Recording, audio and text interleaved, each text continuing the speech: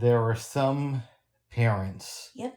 who have faced the reality of missing children. And that's not funny. No, the way that you said it. Okay, go on. It wasn't, the subject wasn't funny, it was just the way you said it. Thank you. This morning, you had a small taste of what they must feel. No, I didn't. Oh. I just misplaced my slippers. It wasn't like they were humans. So you would have been more freaked out, you think? If I lost a human, yes. Wow. If I was missing a human, yes. Like if I was in the shower or something and then I came back and you weren't there, I would freak out, yeah. We've talked about Party of Five here briefly. Yes. It's one of those shows I've seen and it was okay, but it wasn't really my jam. It wasn't mine either. I wasn't really keeping... My sisters, I think, liked it more than I did. I liked Jennifer Love Hewitt and Nev Campbell. I thought they were pretty attractive. But I remember they had an episode where they lost the little kid. Lacey Chabert, who played Claudia. No. Right? There was another one who was even smaller than her. Oh, really? Yeah. I think they were like at the mall or a store and he got kidnapped. Oh. But then they found him and then the kidnapper kept chasing him for some reason. Wow. Yeah. And I remember... That's a little... I watched it because they were promoting it on Fox. This must have been 98. Yeah. The next day, a lot of people at my school were talking about that. Wow. So apparently I wasn't the only one who watched that episode. I watched episodes of shows where the parents ended up kidnapping the kids. Like in that 70s show or what? No. It might have been a drama or something like where the kid was missing. Or it might have been a movie. I know in Kindergarten Cop, the dad kidnaps his son. Mm-hmm. Right. You hear about kidnappings of kids by strangers, but a lot of people don't talk about the kids being kidnapped by their own parents. That's actually more common, I think. I think it's more common than... Yeah, I think it is more common. But it seems like they... And this is just my opinion. It seems like all the PSAs are focused on kids being kidnapped by strangers in the street, which does happen. Obviously happens because there are some cold cases that haven't been solved yet. But kids being kidnapped by their parents, I think, is more common than we think it is. I would agree with that. Yeah. I mean, and it could just be as simple as taking them overnight somewhere and not telling the other parent, not giving them back, not returning them back on time. In the early 90s, mm-hmm. I don't know if this was a national story or just a local one, uh-huh. but there was a kid who was kidnapped by his dad. Yep. And I want to say they went to San Diego. Of course, you know how memory can be. It could be completely wrong, but that's my recollection of it. Uh-huh. They track down the father, and he agrees to return the kid. Yeah. But on the drive back to Oregon, he hits a car, and they both die. Oh, wow. Yeah, it's something weird like that. Whoa. Yeah. The one story that really got me was the... what was her last name? The Susan Powell story. I don't know about this lady. You never heard of Susan Powell? Okay. There's if I did, I forgot. Okay, so there's this woman named Susan Powell who's from the Northwest. Mm-hmm. She's married to Josh Powell, and they... Oh, I know Josh. Oh my goodness. Sorry, go ahead. She's married to Josh Powell, and they are... I think they're living in Utah at the time because they're supposed to be a Mormon family. But that doesn't have anything to do with anything. They're in Utah, and Susan goes missing, and there's all these weird things in the case. Like they find out that Josh takes his two little boys camping at midnight, and he's seen with this in a van. Oh, you did tell me about this. Yeah. And there's all these weird things happening. Like they find out that Josh's father is obsessed with Susan. And he writes a song about her, and they look on his father's computer, and it has child pornography on it. So he gets arrested. And meanwhile, the sister is urging Josh to come forward because they don't know what's happened to Susan, and the little boys are trying to find out what's happened to their mom. Well, time goes on, and I can't remember, like, something in the time is missing because I can't track his phone during a certain time. Um, and the last part of the story was really sad because um, they're trying to get the boys away from Josh Powell because they think that he's dangerous. Well, they find out that all three of them die because Josh kills them both, all three of them. Josh kills himself and his two boys, so they're not going to be able to find out where Susan is. That's insane. Or if he did it. Isn't that insane? How long ago was this? Oh, this was an ongoing story. I can't remember when the murders happened. It might have been like 2-3 years ago, or maybe even longer than that. That was crazy. I mean, I'm thinking to myself that these people that kill their children to keep them away from the other spouse or whatever it is, what must they be thinking? Like, how cowardly are they? I wonder. It's one thing if you're going to off yourself. I have no problem with somebody who says, I want to kill myself. Mm-hmm. I mean, you would prefer that they didn't do it. But if they're going to kill anybody, I could look the other way on that one. But if you're going to bring other people into it, especially your children, that's not cool. No, it isn't. And these little boys were really, really young. They're trying to find their mom, and here is their father deciding to kill the three of them so that they don't have to face anything. Like, he doesn't. I think he did it for himself. Really, he didn't want to face. He didn't want to face being convicted and away from his kids. But when I was listening to more of the case, it seemed like this guy was really like. He seemed very. I mean, I don't know. Maybe he is a narcissist or whatever. But it seemed like every time they asked him about what he loved about Susan, it was always like, oh, she did these things for me, or she did these things for me. And it wasn't like, oh, I love her because I love her smile, or I love her laugh, or, anything about her. It was more about him.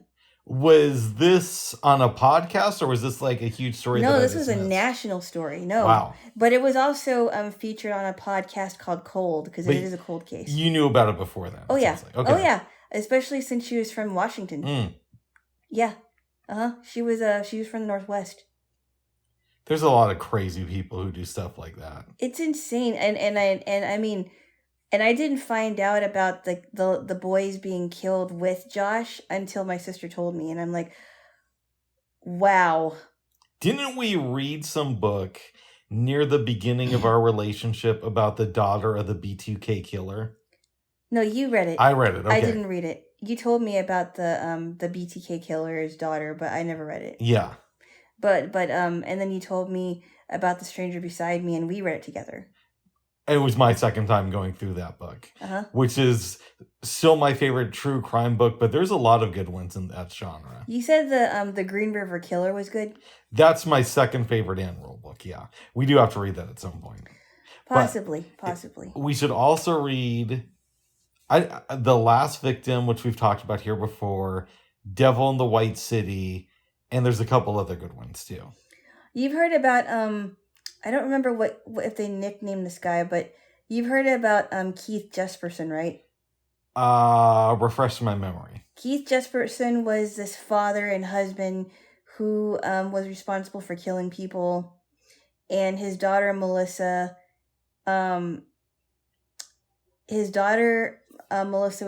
was kind of wondering if she should keep in contact with her father, because she thought, what if I inherited my father's desire for killing people? And she didn't, obviously. And she got married and had kids, and she was thinking, oh, my father was like the nicest, most loving dad ever, but I would never, he never tried to hurt me or my siblings. I would have never thought that he was going to kill anybody. But I think when he was talking to people about it, he was like matter of fact, and he didn't feel any kind of remorse. They always like to say, oh, this serial killer was the best father you could ever imagine.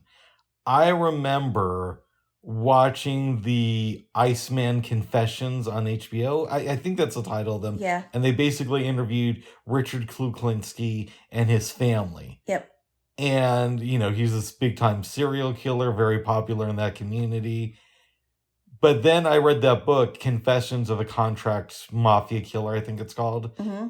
And yeah, he was married to his wife. Apparently, he didn't believe in cheating, but he used to beat her a lot in front of the kids. Mm-hmm. So I wonder how much of it is people like to hype up a story and say this guy was a loving father and serial killer, or is it just that, or do the kids sometimes want to remember a specific narrative because it feeds into a story of a good family life? Well, the way that I see it is that this is coming from their perspective, and this is what they saw. I kind of have to take it at face value because we don't know. I mean, maybe there was something that they missed, right? Mhm. It could be possible, but maybe that's what he wanted to portray to them. Like, I'm a family man, but I have this double life. I'm a family man, but I don't want you to know about my other stuff. Which is kind of like American Psycho, and we'll get to that later. We will. So, I mean, it could be either or, but I tend to think that maybe they saw him as a loving father, but they didn't notice anything else, because if he was really clever, he wouldn't show any hint of his double life. That's what I think. That's got to be hard to be a serial killer and be a loving family man. I know. I mean, how could you keep up both personas? Yeah. Isn't that... It's really interesting to think about, isn't it? I do wonder about that sometimes. And it's weird. You don't see a lot of female serial killers. I'm sure they're out there, but not in the same number as men. I mean, the only one I know about is Eileen Wuornos. That's right. And they made that movie about her. I haven't seen Monster. that. Yeah, it's disturbing to me. I saw it once, and once was enough for me, but it's disturbing to me. It really was. That has Christina Ricci's in that, isn't she? As yes, she is.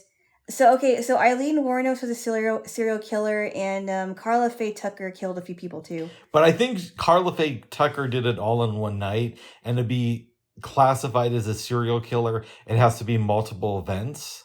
Okay, I could have that wrong. Kill more than one person, but anyway, Eileen Wuornos, and we, before the movie was on, we saw. I believe I heard her actually talking.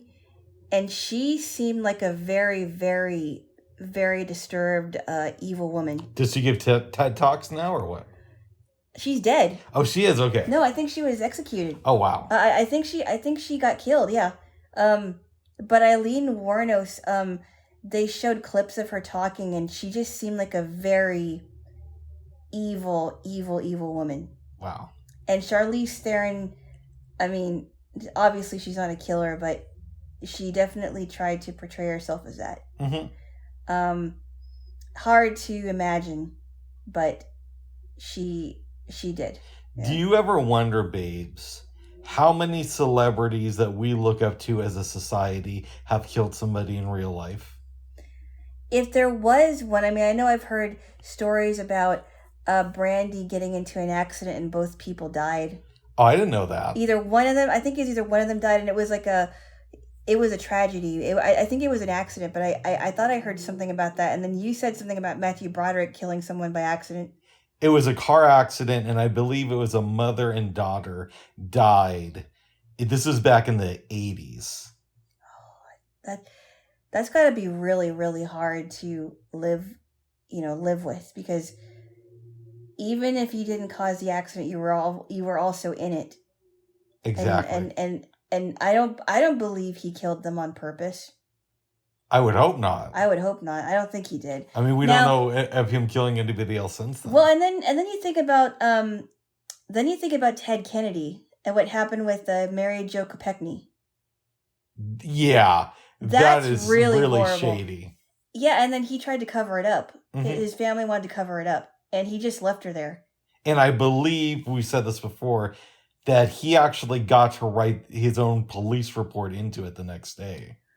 And you think, okay, I understand that people get into accidents and people die, and it's a horrible, horrible thing, but it sounds like this one was not an accident. He just left her there. But you met the guy and were like totally cool with him. You didn't say anything. I only shook his hand once and I was 9. I didn't even know what his position was. Okay. I just knew that his name was Ted F. Kennedy. I shook his hand at 9. That was all that happened. I didn't know much about the guy. I really didn't. I was only 9. Nice. You're acting as if I talked to him for 10 minutes. And I was 9 years old. What was I supposed to do? Okay, question. Yeah. You meet OJ at a restaurant. Yeah. Do you go up and ask for an autograph? No. Okay. I don't think I do. I wouldn't do that just because he was involved in a really, really national trial that everybody watched. Well, not everybody. Most people did. Most people in the U.S. followed or watched, but no, I would. I mean, if he didn't, if he wasn't, if he didn't have that covering his head, right? If people did not have any opinions about him killing anyone, or there was no indication that he killed anybody, then I would get his autograph. Do you think that there are other celebrities who've killed people, but it's not like an accident, like they've actually murdered somebody and it's just never come out? I would hope not. I would hope not. That would be horrible. I would hope not. I'd like to think that most celebrities wouldn't even think about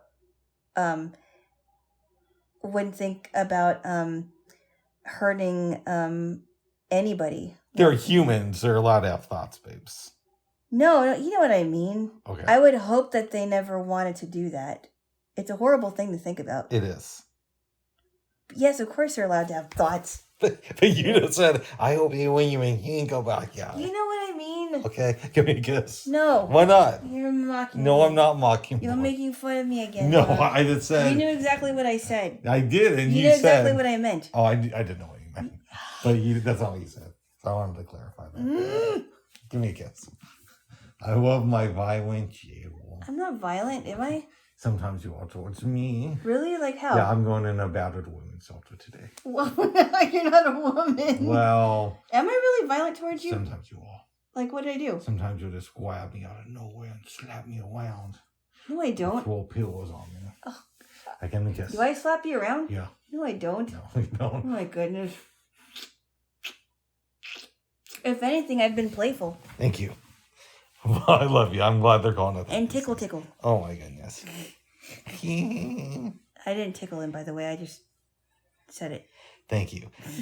I wonder what the oldest case of a murder that was finally solved is. I don't know. I guess that's something we could look up at some point. Yeah. Did I tell you, babes, that the other day, I may have done this before, but I went on Google and I was curious who served the most time in prison. Yeah. And it was some dude who got locked up in 1911. Whoa. And I believe he was released in 1980 and Whoa. died a few years later. Wow. Yeah, apparently he committed some robbery and some people got killed during 69 years? Mm-hmm. For robbery? Some people got killed during it, babes. Oh, I see. Okay. Yeah. Okay. If it was a non-violent crime, that would be very excessive. But that's, on one hand, that's a lot of time. On another hand, I'm a little bit surprised that nobody's beaten that record. I know. Me too. Mm-hmm. Me too. Think of how much society changed in the time that dude was locked up for. I'm surprised he wasn't killed because of all the people that were killed. What do you mean all the people that were killed? I mean, I don't know. I mean, how many people... Maybe I should ask this question. How many people exactly were killed during that robbery? Did it say? It did. I don't remember all the details. I want to say it was 2. Oh, 2? Yeah. Okay, I was thinking it was like a lot of people. No. Okay. But he did... I would think that he would have at least served a life in prison, not being eligible for parole. Yeah, I don't like it where they release people who were sentenced to life in prison and who killed a bunch of folks. I understand that every case is different, but yeah. I remember when the Lockerbie bomber, or one of the people involved in that, was released in 2011, and he died like 5 years later. I thought to myself, this dude should have been executed. He should have been, I know. I don't think they have that in the country he was in, but He He at should have least been spend life in executed. prison. Yeah, at least spend life in prison. I'm glad that they did not release Susan Atkinson. Right. I'm glad that she ended up dying in prison because she had cancer and she was close to dying anyway. Well, good. Did they give her treatment for her cancer or no? I don't know. Do you think that they should have given her pain medication? I don't know. Here's a question. What? Now that we're getting into it, should serial killers who are facing death in jail, should they be allowed pain medication? No. Oh, wow. Okay. Well, I mean, think about it, though. They put somebody else in pain. Yeah. Right? They put not just that person that they killed in pain, but they put their family in pain. I think it's only fair that they suffer some pain. I got to think about that one. Think about that. Yeah. So on the one hand, I want to say you're completely correct. No pain medication. If a serial killer gets terminal cancer, let them feel all the misery they can on their way out the door. In some ways, I think that. Okay, but on the other hand, aren't we supposed to be better than that as a society? And yes, they commit a crime, and that's why they're in prison for the rest of their days. But do we have to torture them on the way out? Well, here's where I kind of go back and forth with it. Because they put themselves in prison. Yes. They are no longer allowed to be in our society. And you have to think, like, is there a fine line? Is there a thin line between giving prisoners or treating prisoners like they are living in society, or treating them as if they've put themselves in that position? Yeah, I'm not saying you're wrong. I'm just saying that I need to really think about that. Yeah, yes, it is. I mean, I don't know how it is living in a maximum security prison. I would imagine that these death row inmates are on solitary confinement. That's my assumption. I don't know for sure. I think it varies from state to state. It was implied in the Christian Longo book back when he was on death row that that's what it was like here in Oregon, but each state could be different. Okay. So I don't know. I mean, I kind of feel like, oh, maybe they should experience more pain than is necessary because they killed somebody. Mm-hmm. They caused pain for a lot of people. Here's a question for you. Yeah. They do medical checkups in prison. They do. Let's say they take a serial killer and they do some tests, find out that they have cancer, but they can treat it, they can get rid of it, or they can just let it metastasize and slowly kill the person. What's your stance on that? That's hard to say. It's hard to say because, yes, it would, yeah, like, I mean, it's one thing to not give them pain medication, but cancer is a horrible disease. Yeah.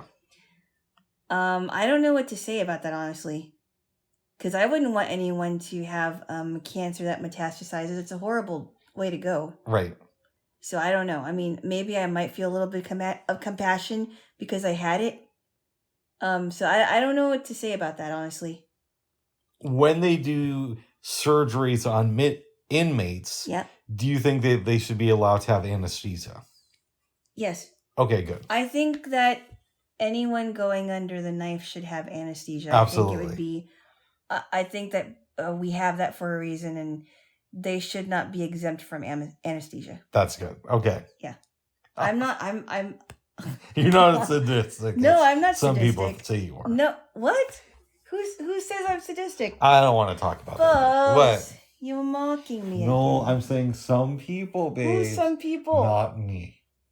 Bubs. Hey, not me. You're implying that you think I'm sadistic. No, I'm saying that some people have said that. Who? Not me. Your mom maybe said that. My mom did not say that. Maybe she did, and we just don't know. Bubbles. What's that? You stop it now. Okay, I don't know if your mom said that.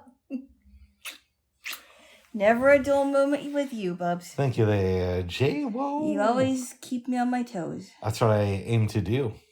Yeah. Yes. You keep me on my toes like a ballerina. Yes. I don't know how they dance like that. That could hurt your It does. ankles. That's why their careers are so short. I believe most ballerinas are out of the game by the time they're 30, right? I couldn't tell you. I know that my uncle's friend was married to a ballerina, and I just kept hearing that they have to be on their toes constantly and dance that way. That's got to be painful after a while because it could really do some damage to their ankles. Yep. Even figure skaters, if they're not careful, they could really hurt themselves. It's a short career.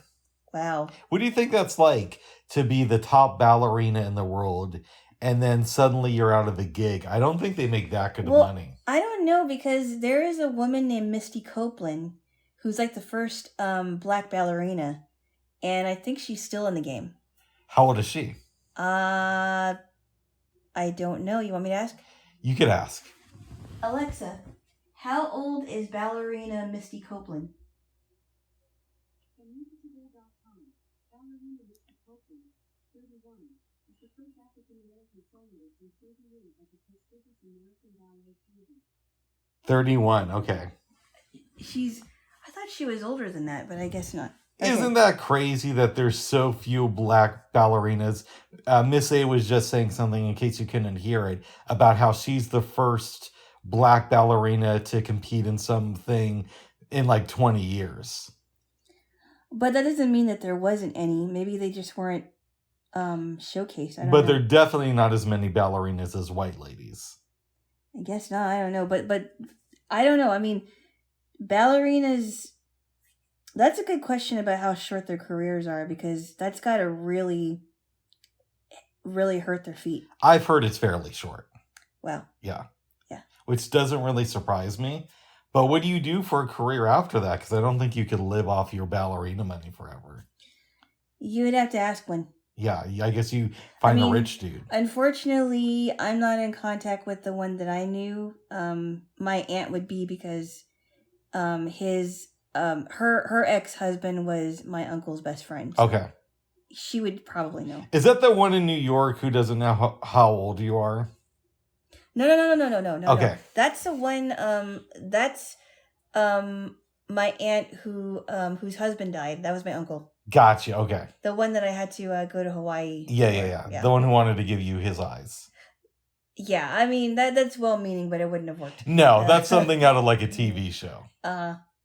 Yeah. He also wanted to teach me how to surf, but I don't think I'm going to do that. It seems like there's too much opportunity for injury in surfing. Yeah, and if you're not a good swimmer, that doesn't really help either. Yeah. If you're interested in, because I thought about it, and my sister, I think it was my sister or my mom was like, yeah, but you're not a good swimmer. You have to go in the deep end. And I thought about it. I'm like, you know what? That's probably true. Yeah, I'm not a water person, really. No. He was, but, and he was well-meaning, but it probably wouldn't have worked out. And he never got those eyes. No, they weren't able to save them. No. Well, I still love you there, babes. Okay. Eyes or not. Okay. Well, I'm not going to be a surfer girl. Good. Yeah. I would not want to surf regularly. Although, I don't know. Maybe if I was super in great physical shape, I might do it. Yeah, but I think it does help if you actually like the water, because some people that end up surfing, they end up like scuba diving. They like going scuba diving. That's something I think would be super cool to do. Yeah, but then you have to see what's under there. You can do it without seeing. Oh. I think. I mean, I don't know if you could do it professionally, but you could scuba dive without vision if you did the proper training. Yeah, I don't know. I heard that you have to look under the water, though. What do you mean? I don't know. You're going under the water. No, you're going under the water, but I heard that it's visual, so I don't know if that's right. I don't know if that's correct or not. I would imagine there would have to be some blind scuba divers out there. Mm-hmm. I personally am not interested in scuba diving. Yeah, but I mean, they do find a way to get us out of as many activities as possible. So maybe I'm wrong about that. Uh-oh. Mm-hmm. I don't know. You know how they do when it comes to us. Oh my goodness. Are we going to go woke in the middle of our podcast? Well, how's that going woke? It's the truth. Well, in some ways there is. Yeah. Yeah. Oh. Yeah. I wish, babes, that blind people could join the military. Now, obviously, we're not going to be on the front lines, No. but why couldn't we do administrative work in the Army? Yeah, some people are mass communication specialists. Exactly. Like my uncle was. Yeah, we could do that. I don't know. That's a good question. I mean, I'm personally not interested in being in the military because people in my family have been deployed many times, and so my dad used to go on this thing called Westpac, which is in the Navy. That means that you're going to places on the Pacific Rim. So you're on the West Coast as well. So sometimes you'll take trips to California. And I think it's just like on I don't know if it's just on it's like on a 6-month leave, and that's really tough. I don't know. I personally have no interest in being in the military, but I respect a lot of people that go to the military. Yeah, I just wish we had that opportunity. Yeah. But we don't. I'm that's just a cause that I don't need to fight for, I think. That's fair. Yeah. Yes. Yes. Well, good, yeah, well, good. Good, Bubby. Good. Let's talk about what we had for dinner, because it was really good. Oh, I was going to... Okay, well, we'll talk about dinner, and then we'll lead back to other stuff. Yes. We decided to make chicken piccata. Chicken piccata, courtesy of Chef John. From foodwishes.com. I did a cooking show on Clubhouse about 1.5 years ago. Mm-hmm. I only did it like 2 or 3 times because the co-hosts of 3 Blind Spice, or one of the other hosts, I should say, kind of like just abandoned the idea and never got back to me about it. And this is the same dude that Alana recently found out. He's living in Texas now.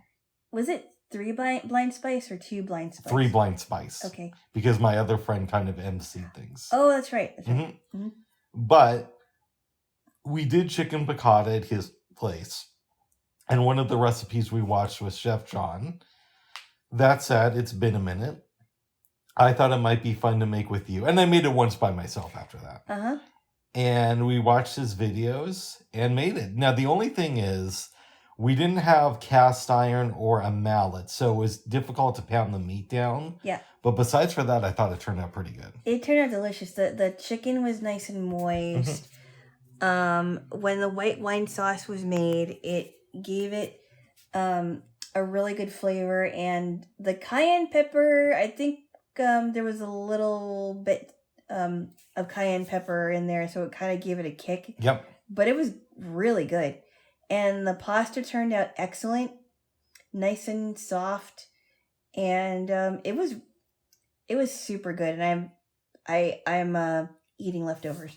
Not right now. Not right now. I will be. Yes. When you're not here. Well, good. Because you couldn't finish your plate, yeah. So I'm gonna finish it off for you. It was my 3rd plate, though. 3rd plate. Yes. I'm like, okay, I'll finish it. No problem. I'll take it off your hand. Yeah.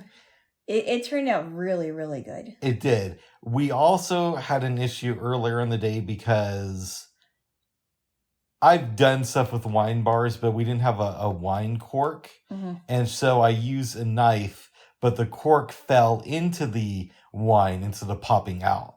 Right. But we made it happen. We made it happen. Nothing spilled, and because I don't know how to clean up wine spills, I heard it can be a pain, but I'm glad nothing spilled, and everything was good. It was really, it couldn't have been better. Let me ask you something. Yeah. Would you ever consider having a half cup of that wine that's in your fridge? No. Wow.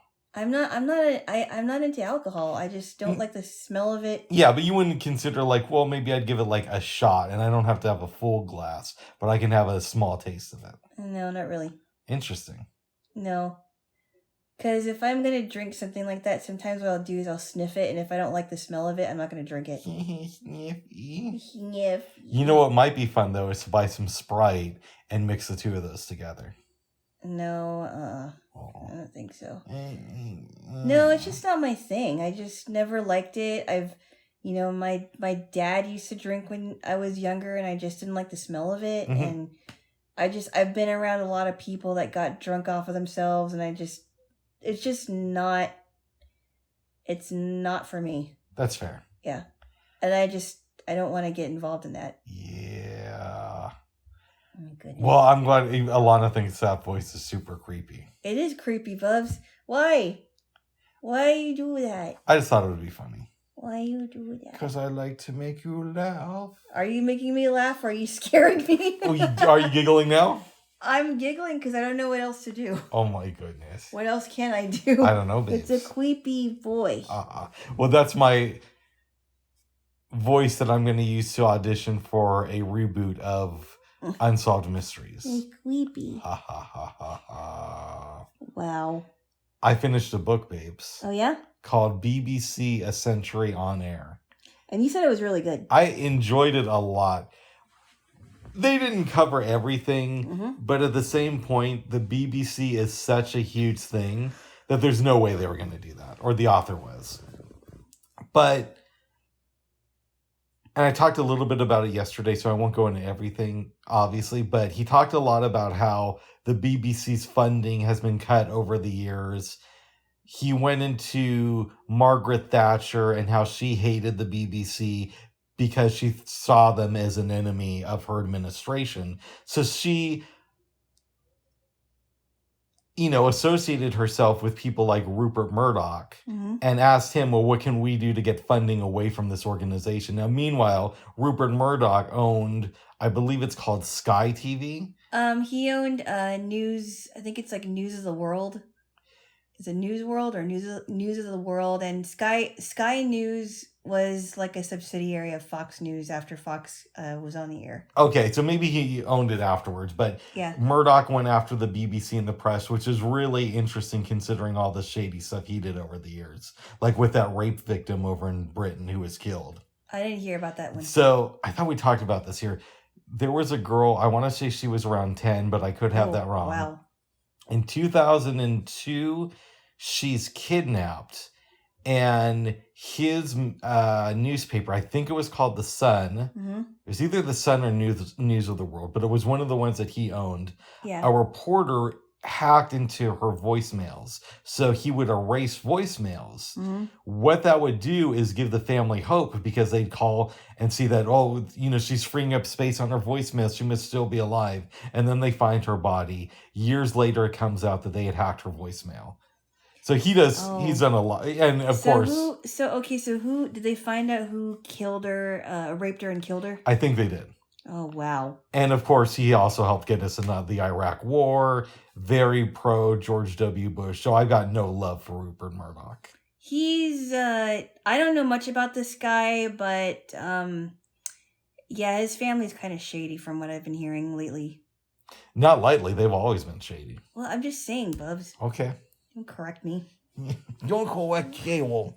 Or maybe I should say over the years, because I don't really know a whole lot about him, but his family has been taking over Fox, and it's just gone downhill, and it's not where it was before, and it's just, anyway, I could go on and on about that, but I believe he had that newspaper, that News of the World. Yeah.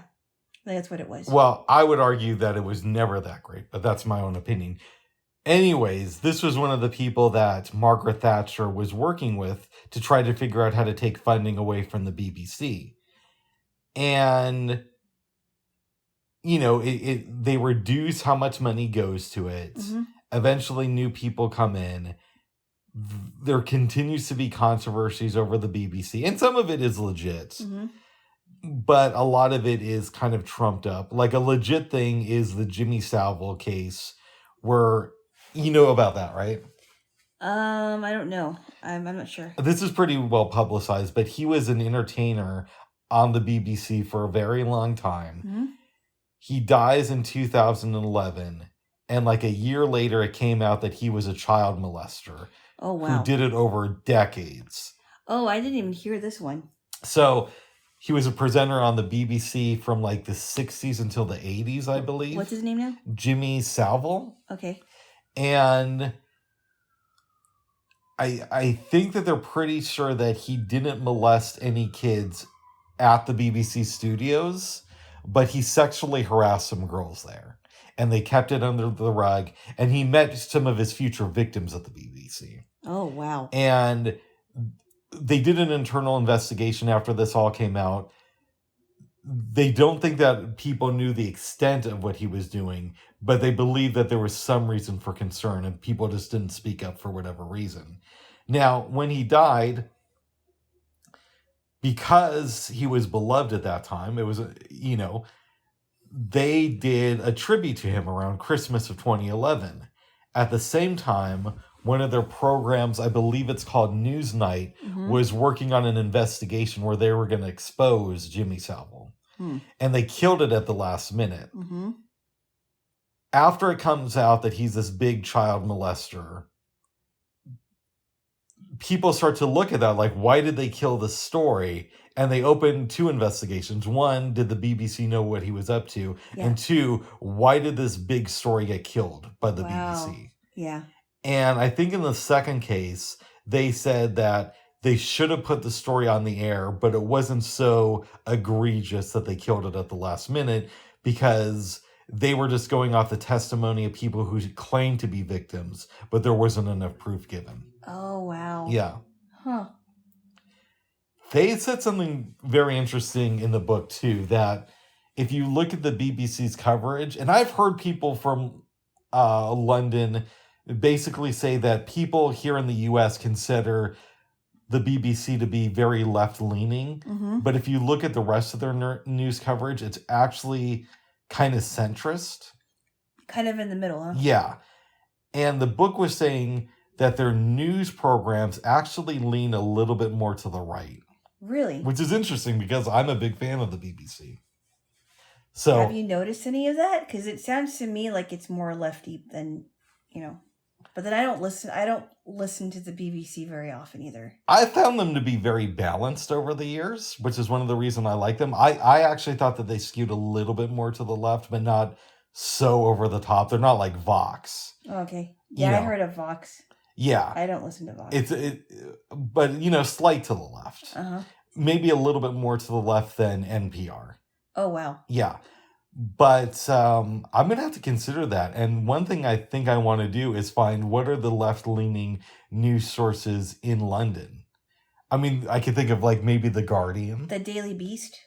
Is that out of London? I believe so. I thought that was out of the U.S. Well, Tina Brown, I think I don't know if she's still the head of the Daily Beast, but she is from London, or England. But that doesn't mean that the organization's. I thought the Daily Beast was from England, or maybe it's from the U.S. I don't know. Yeah, the Daily Beast doesn't have a lot of credibility with me. I've heard that they might be left leaning, but they really try to slant their stories, and they'll edit people who are writing for them a lot.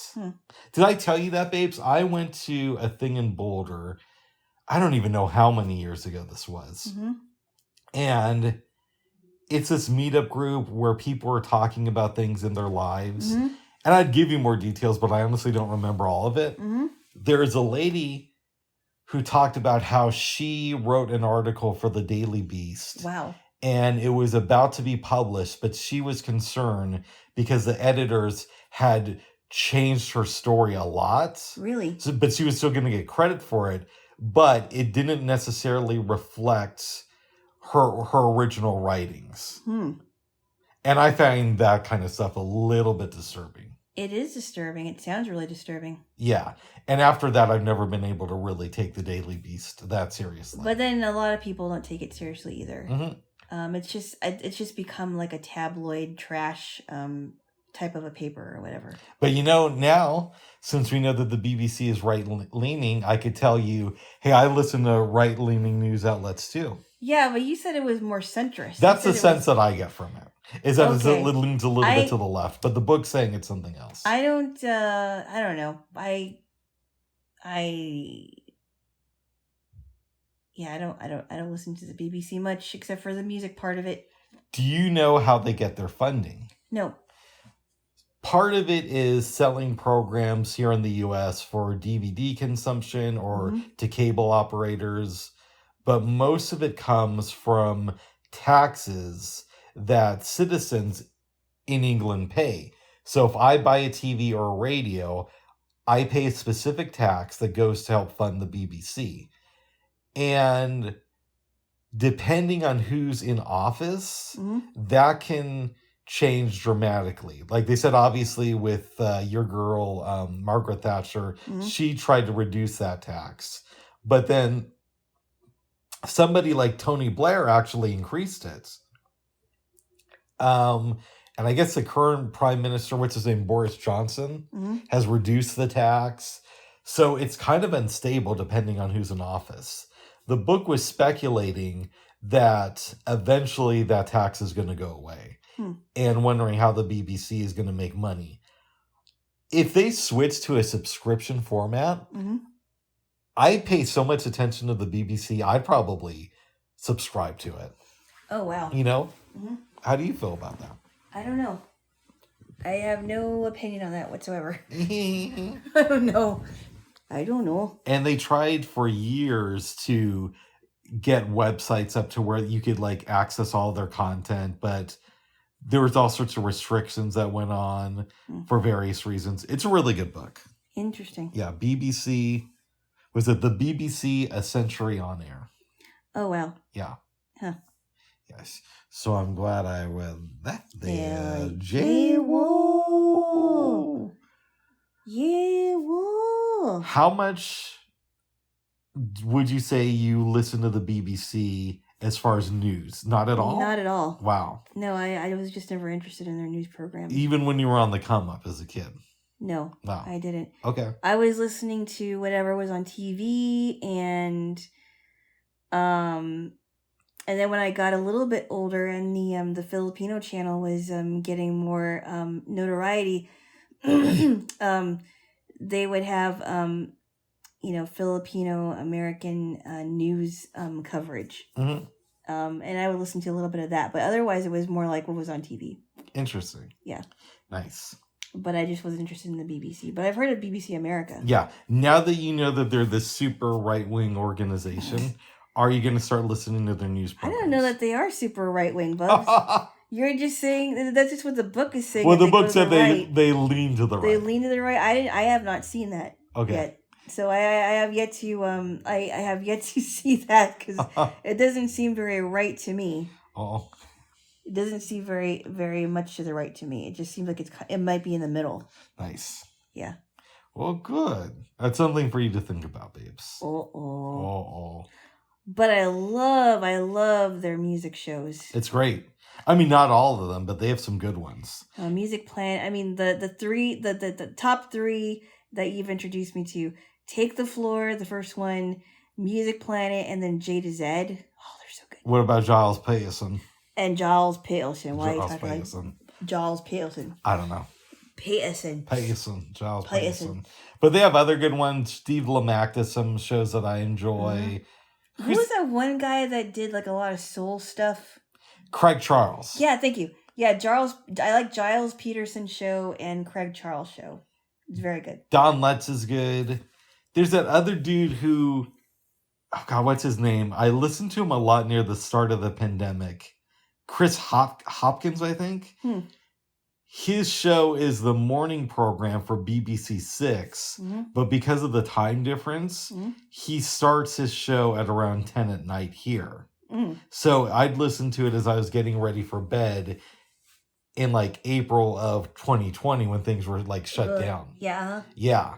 He has some good stuff. So I do dig their music programming, but their news has some good stuff, and they also do adaptations of different books and whatnot. Yeah, Craig Charles is really good at. I think I only listened to his show with you once, and I was like, I like this guy. I don't listen to his show as much as I should because every time I tune in, I really enjoy it. Yeah. Are you gonna add it to your iPlayer favorite shows? That's a good question. I haven't. I don't know. Oh, you know, when you were in the shower this morning, I was listening to Gary Anus do his... Innis. I thought that's what I thought that's what I said. No. Okay, Gary Anus. Innis. That's what she said. No, I said, Bubs, it's Innis. It's not Enos. Okay. Ugh. He was doing his request show with Jennifer. Really? Yeah, and they were just wrapping up. Oh. So that's something else you could listen to. Yeah, they're such a good host and co-host. I mean, they just sound so happy. I don't know. This is Gary Ennis, and welcome to Take the Floor. Take the floor, Cheerio. Yeah, and then when he has the audience there on the in the Take the Floor studio, it's great. Mm-hmm. And I don't know, it's like the happiest Scottish music I ever heard. Yeah. I love the BBC radio stuff. Yeah. Some of their TV shows are good, but to me, the main thing I dig is the radio content. Yeah. Yeah. I have an instructor who's from England, and we never had conversations a whole lot while I'm in her class, but yeah. I wonder if she has listened to a lot of like BBC music stuff. Maybe, I don't know. It's weird because that's like the best kept secret for people who love music, because most people here, I think, consider BBC as more of a news thing, but they don't really think of it as a great platform for interesting music. So so there's BBC 6 for the music stuff, right? What is the other ones? Like, where do you go for BBC News? I just use the iPlayer app. It's called BBC Sounds. It used to be called iPlayer. Oh, okay. BBC Sounds has their podcasts, the radio stations that they control, all in one app. Nice. That you can subscribe to, and they have programming. I wish the archives were a little bit more extensive. It really only goes back, for the most part, for the last 30 days. Yeah.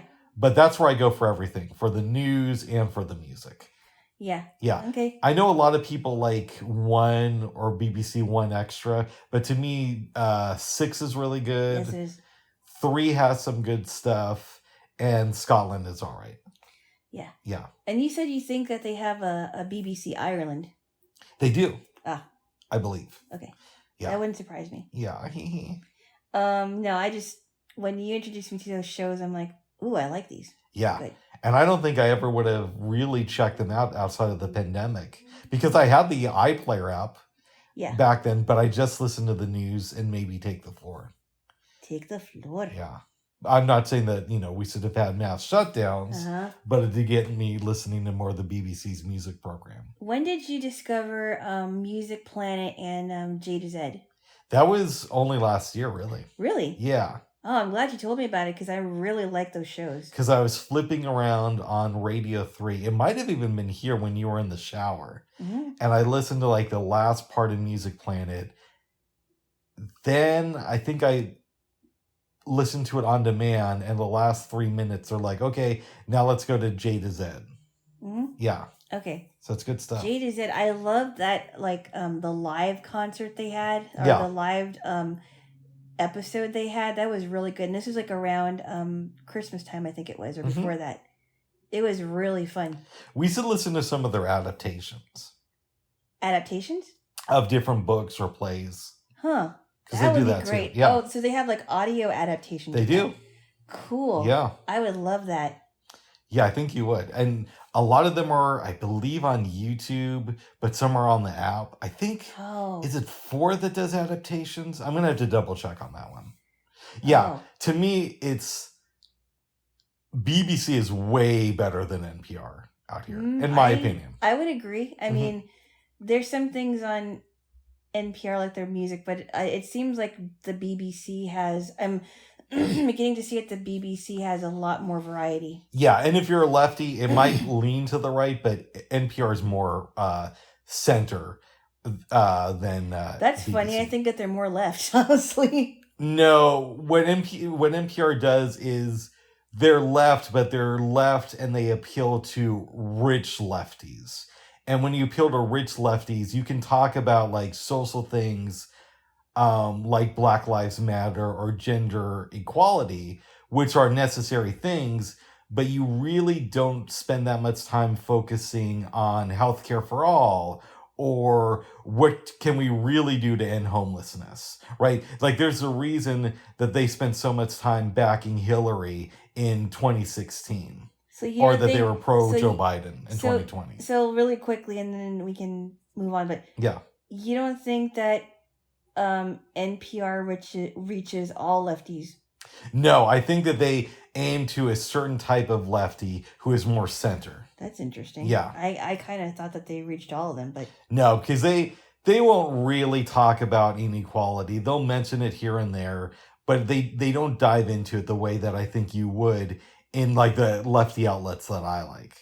It'll get a mention, but you're not going to do huge specials on it where you look at the systemic issues behind it. They use the right language, but there's not much beyond that. Huh, that's interesting. Yeah, but that's one man's opinion. Okay. Yeah. Yeah. I gotta find a new book, babes. Okay. How do you feel about me being bookless at the moment? I'm sure you'll find one. You're not too afraid about this? No. It's not like you're homeless. Oh, that's true. Not yet, anyways. It's not like you're homeless or foodless. It's That's like true. you're bookless. You'll be okay. Yeah. Something that might be fun for you to do is when the next time you talk to somebody about news, you could say, I like this right-leaning organization. I don't know if you've ever heard of it. It's called the BBC. I have to actually believe that to say that. Nice. Because I don't believe it. I actually have to believe in what I'm saying because I'm not going to tell people to watch something if I don't believe in whatever I'm watching. That's fair. You know what I mean? It Yeah. would be very disingenuous. Yeah. By the way, you know the other thing they talked about in that book that I completely forgot? What's that? So on Faulty Towers, which I know you haven't seen. No, but you said it was a good show. I really enjoyed it. Okay. There's a character named Manuel. Mm-hmm. And, you know, that was shot back in the 70s. Mm-hmm. Fast forward to 2008. Mm-hmm. Russell Brand and some other guy whose name I don't remember. I think it was Ross something. Mm-hmm. Were on the air. And they called up the dude who played Manuel, Mm-hmm. but they kept getting his answering machine. So they made jokes about having sex with his daughter on the answering machine. And they got some flack for that. I think they actually ended up firing Russell Brand. Oh, no. They shouldn't do that. No. So they wanted to get his attention by saying something about his daughter? Yeah. Oh, wow. How old was his daughter? Oh, she was probably like 30 at the time, I'm guessing. That's just not good on any level. I'm sorry. No. But now, having said that, I do like radio pranks, at least the ones, you know, from back in the day. Oh, my goodness. That doesn't make it right, though. No, that's horrible. Yeah. Because what if something really did happen to her? Yeah. Yeah. Yeah. So that's what's going on. But you said, with DC. But you said that you liked Russell Brand's 2 books, right? I think he's written like 3 books, actually. Mm. Yeah, I did. I thought they were good. Okay. He seems like a very interesting person. I thought he was okay in Forgetting Sarah Marshall. Yeah, I never watched the movie, but my sister thought it was really funny. It was good. It wasn't the best thing ever. I'm glad I saw it. I don't know if I need to watch it again, though. Mm-hmm. Your girl... Mila Kunis. Right, she's in it, but also the lady from Veronica Mars. Kristen Bell? Yeah. Yeah. Yeah, so she leaves this one dude and ends up with Russell Brand. Oh, interesting. Mm-hmm. Okay. Yeah, not the best film, but it was all right. Yeah. Yeah. Russell Brand. Russell Brand. who was briefly married to Katy Perry. I know, we all know that story. I know, that's okay. That's I'm not a big fan of her, so you can rag on her as much as you want to, honestly. Well, thank you, babes. I think that was pretty horrible what happened to you. I really do. That wasn't necessarily her fault, though. No, it wasn't her fault, but I mean, it's like, you know, you should have been the one there. I know. And I feel like you were done a very big disservice. Especially since I was told, hey, you are going to be the one there, and we need you to take over. Uh-huh. Okay, so let's just say what it is, and then we can drop it. Yeah, but we already talked about this before. But we never went into specifics. Yeah, we did. Oh, okay. I feel like every time I'm about to go into specifics about this thing, you say we've talked about this before. We have, and you told me why you were angry, and they sent you a bunch of pictures. So all that's said, I think here is that I felt like I was done wrong, and it has to do with Katy Perry. But I don't think I've ever given like the full story. I think we did. Okay. Well, if we didn't give the full story, you're not getting it, but I'd be willing to share. And it's because, and also because I heard the full story a few times already. Yeah, you did. Yeah. You did. So good for Katy Perry there. Jaylo. Yeah, and I could have gotten not only to meet her, but to get a front row seat to see her perform live.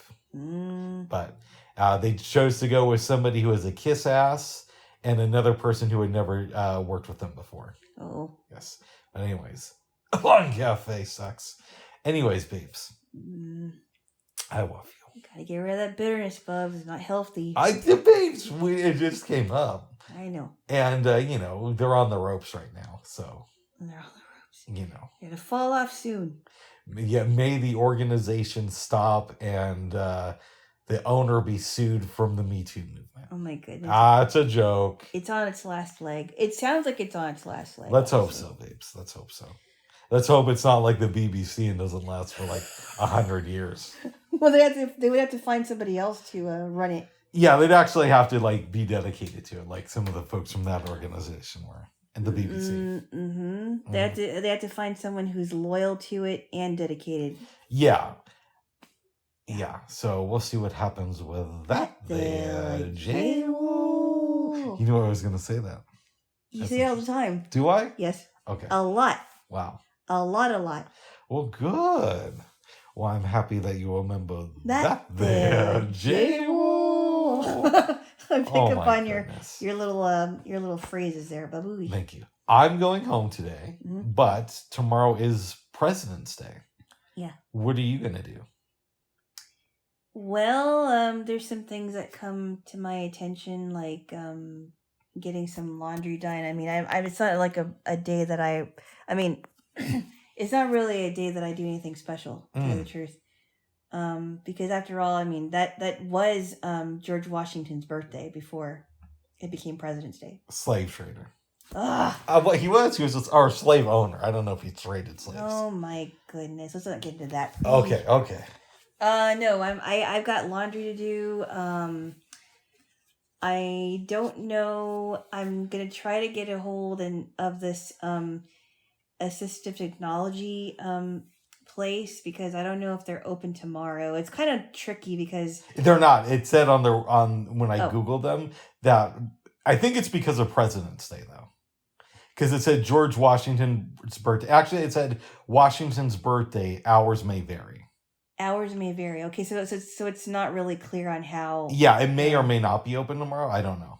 Well, I have to at least try today because Well, they're not open today. I know that. I'm going to leave a message. Oh, gotcha. Okay. Yeah, I was told that I could just leave a message and tell them when I'm available. Nice. Yeah. Anyway.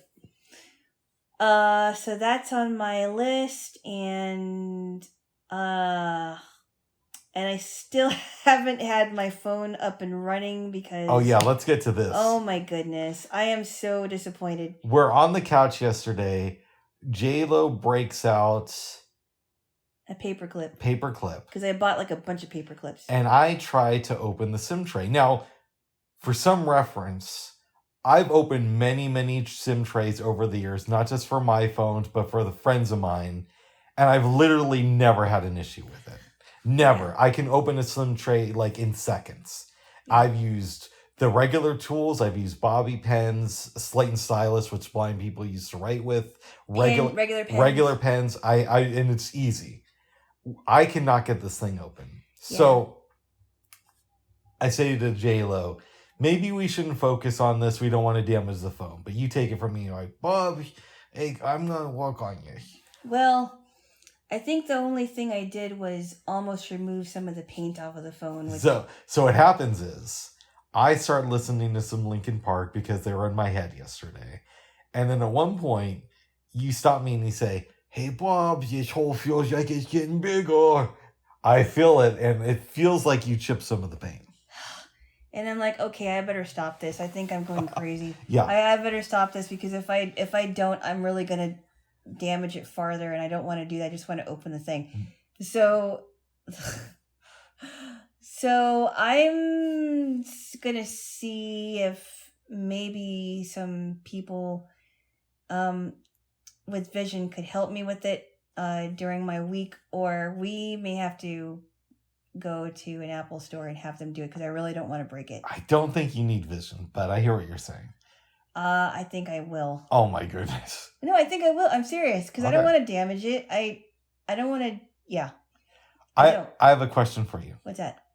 Does your mom work for T-Mobile? No. Let's talk about what happened.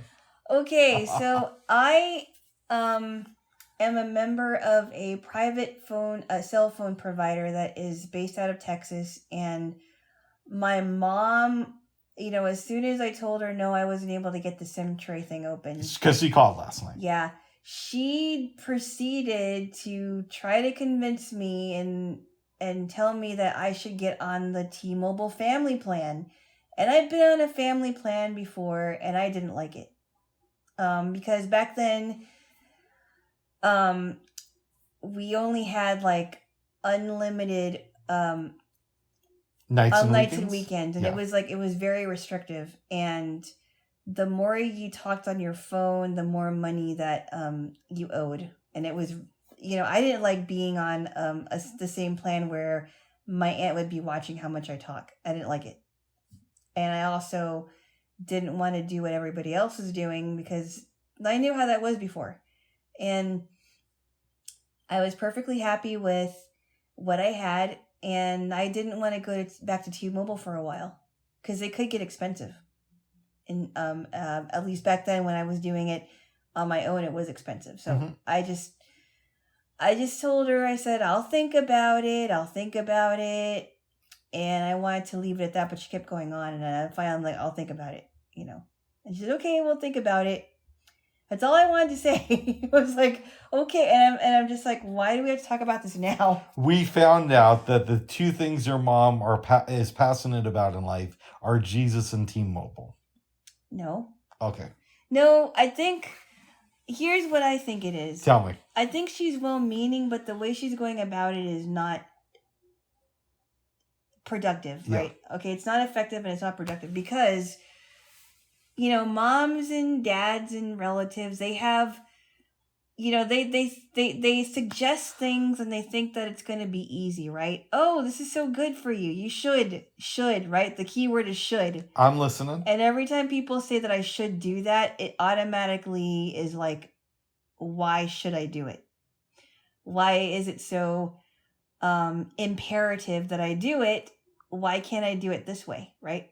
And after a while, it's like I want to get away from it because every time somebody says I should do it, that sounds like you have to do it my way, or you have to do it this way. Does that make any sense?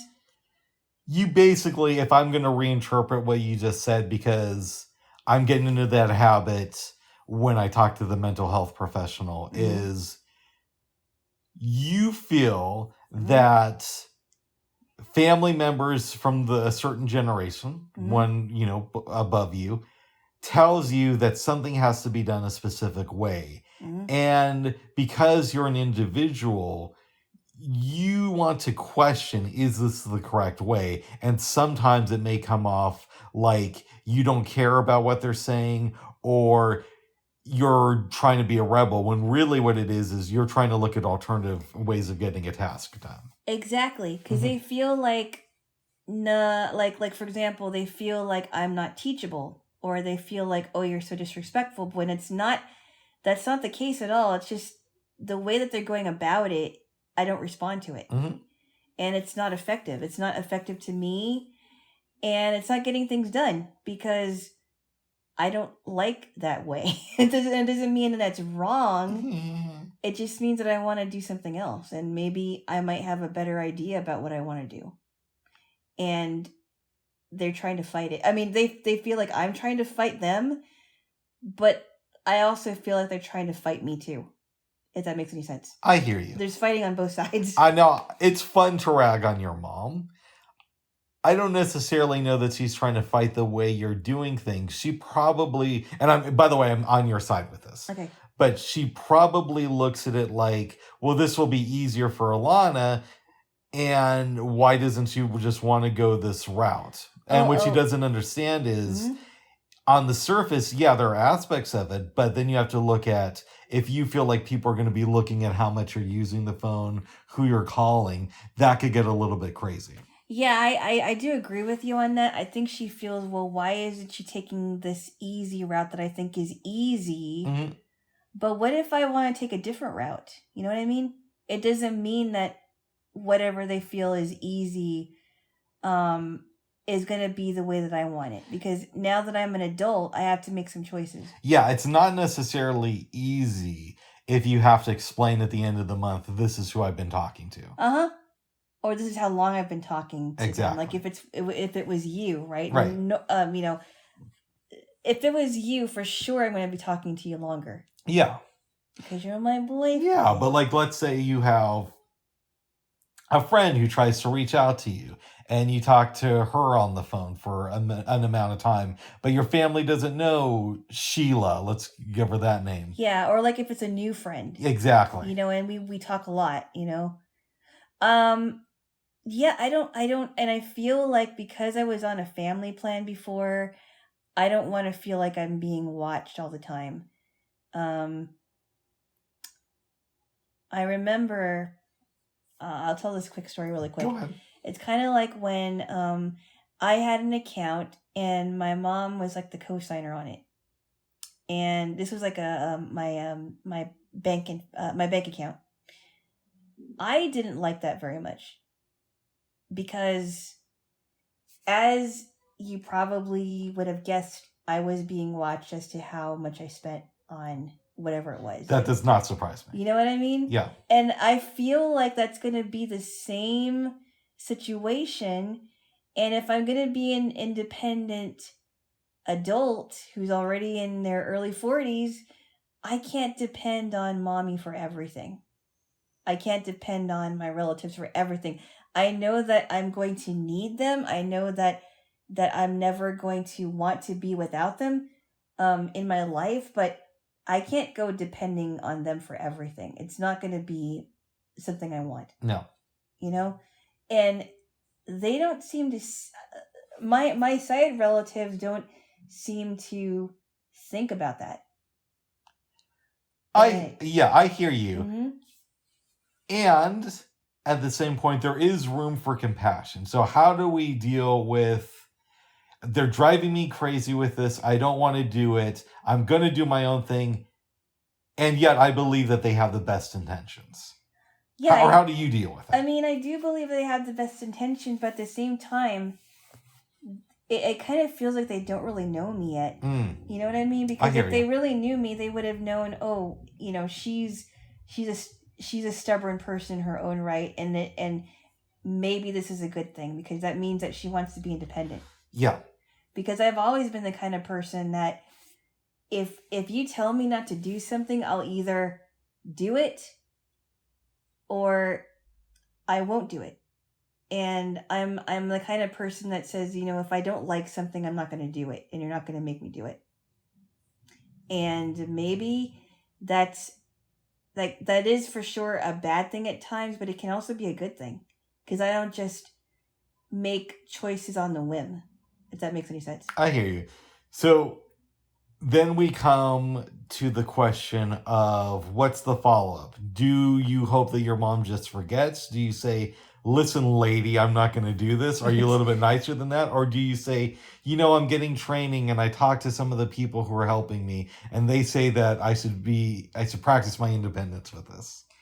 I think it's going to be like, you know, I'm going to think about this for a while. I'm going to stay with my membership to this company, and I'm going to think about it, but I'm not going to make any promises that it's going to go this way. Nice. And I think that's the way that I can do it for now, because if I talk to someone, they could be giving me good advice, but they could be giving me bad advice too.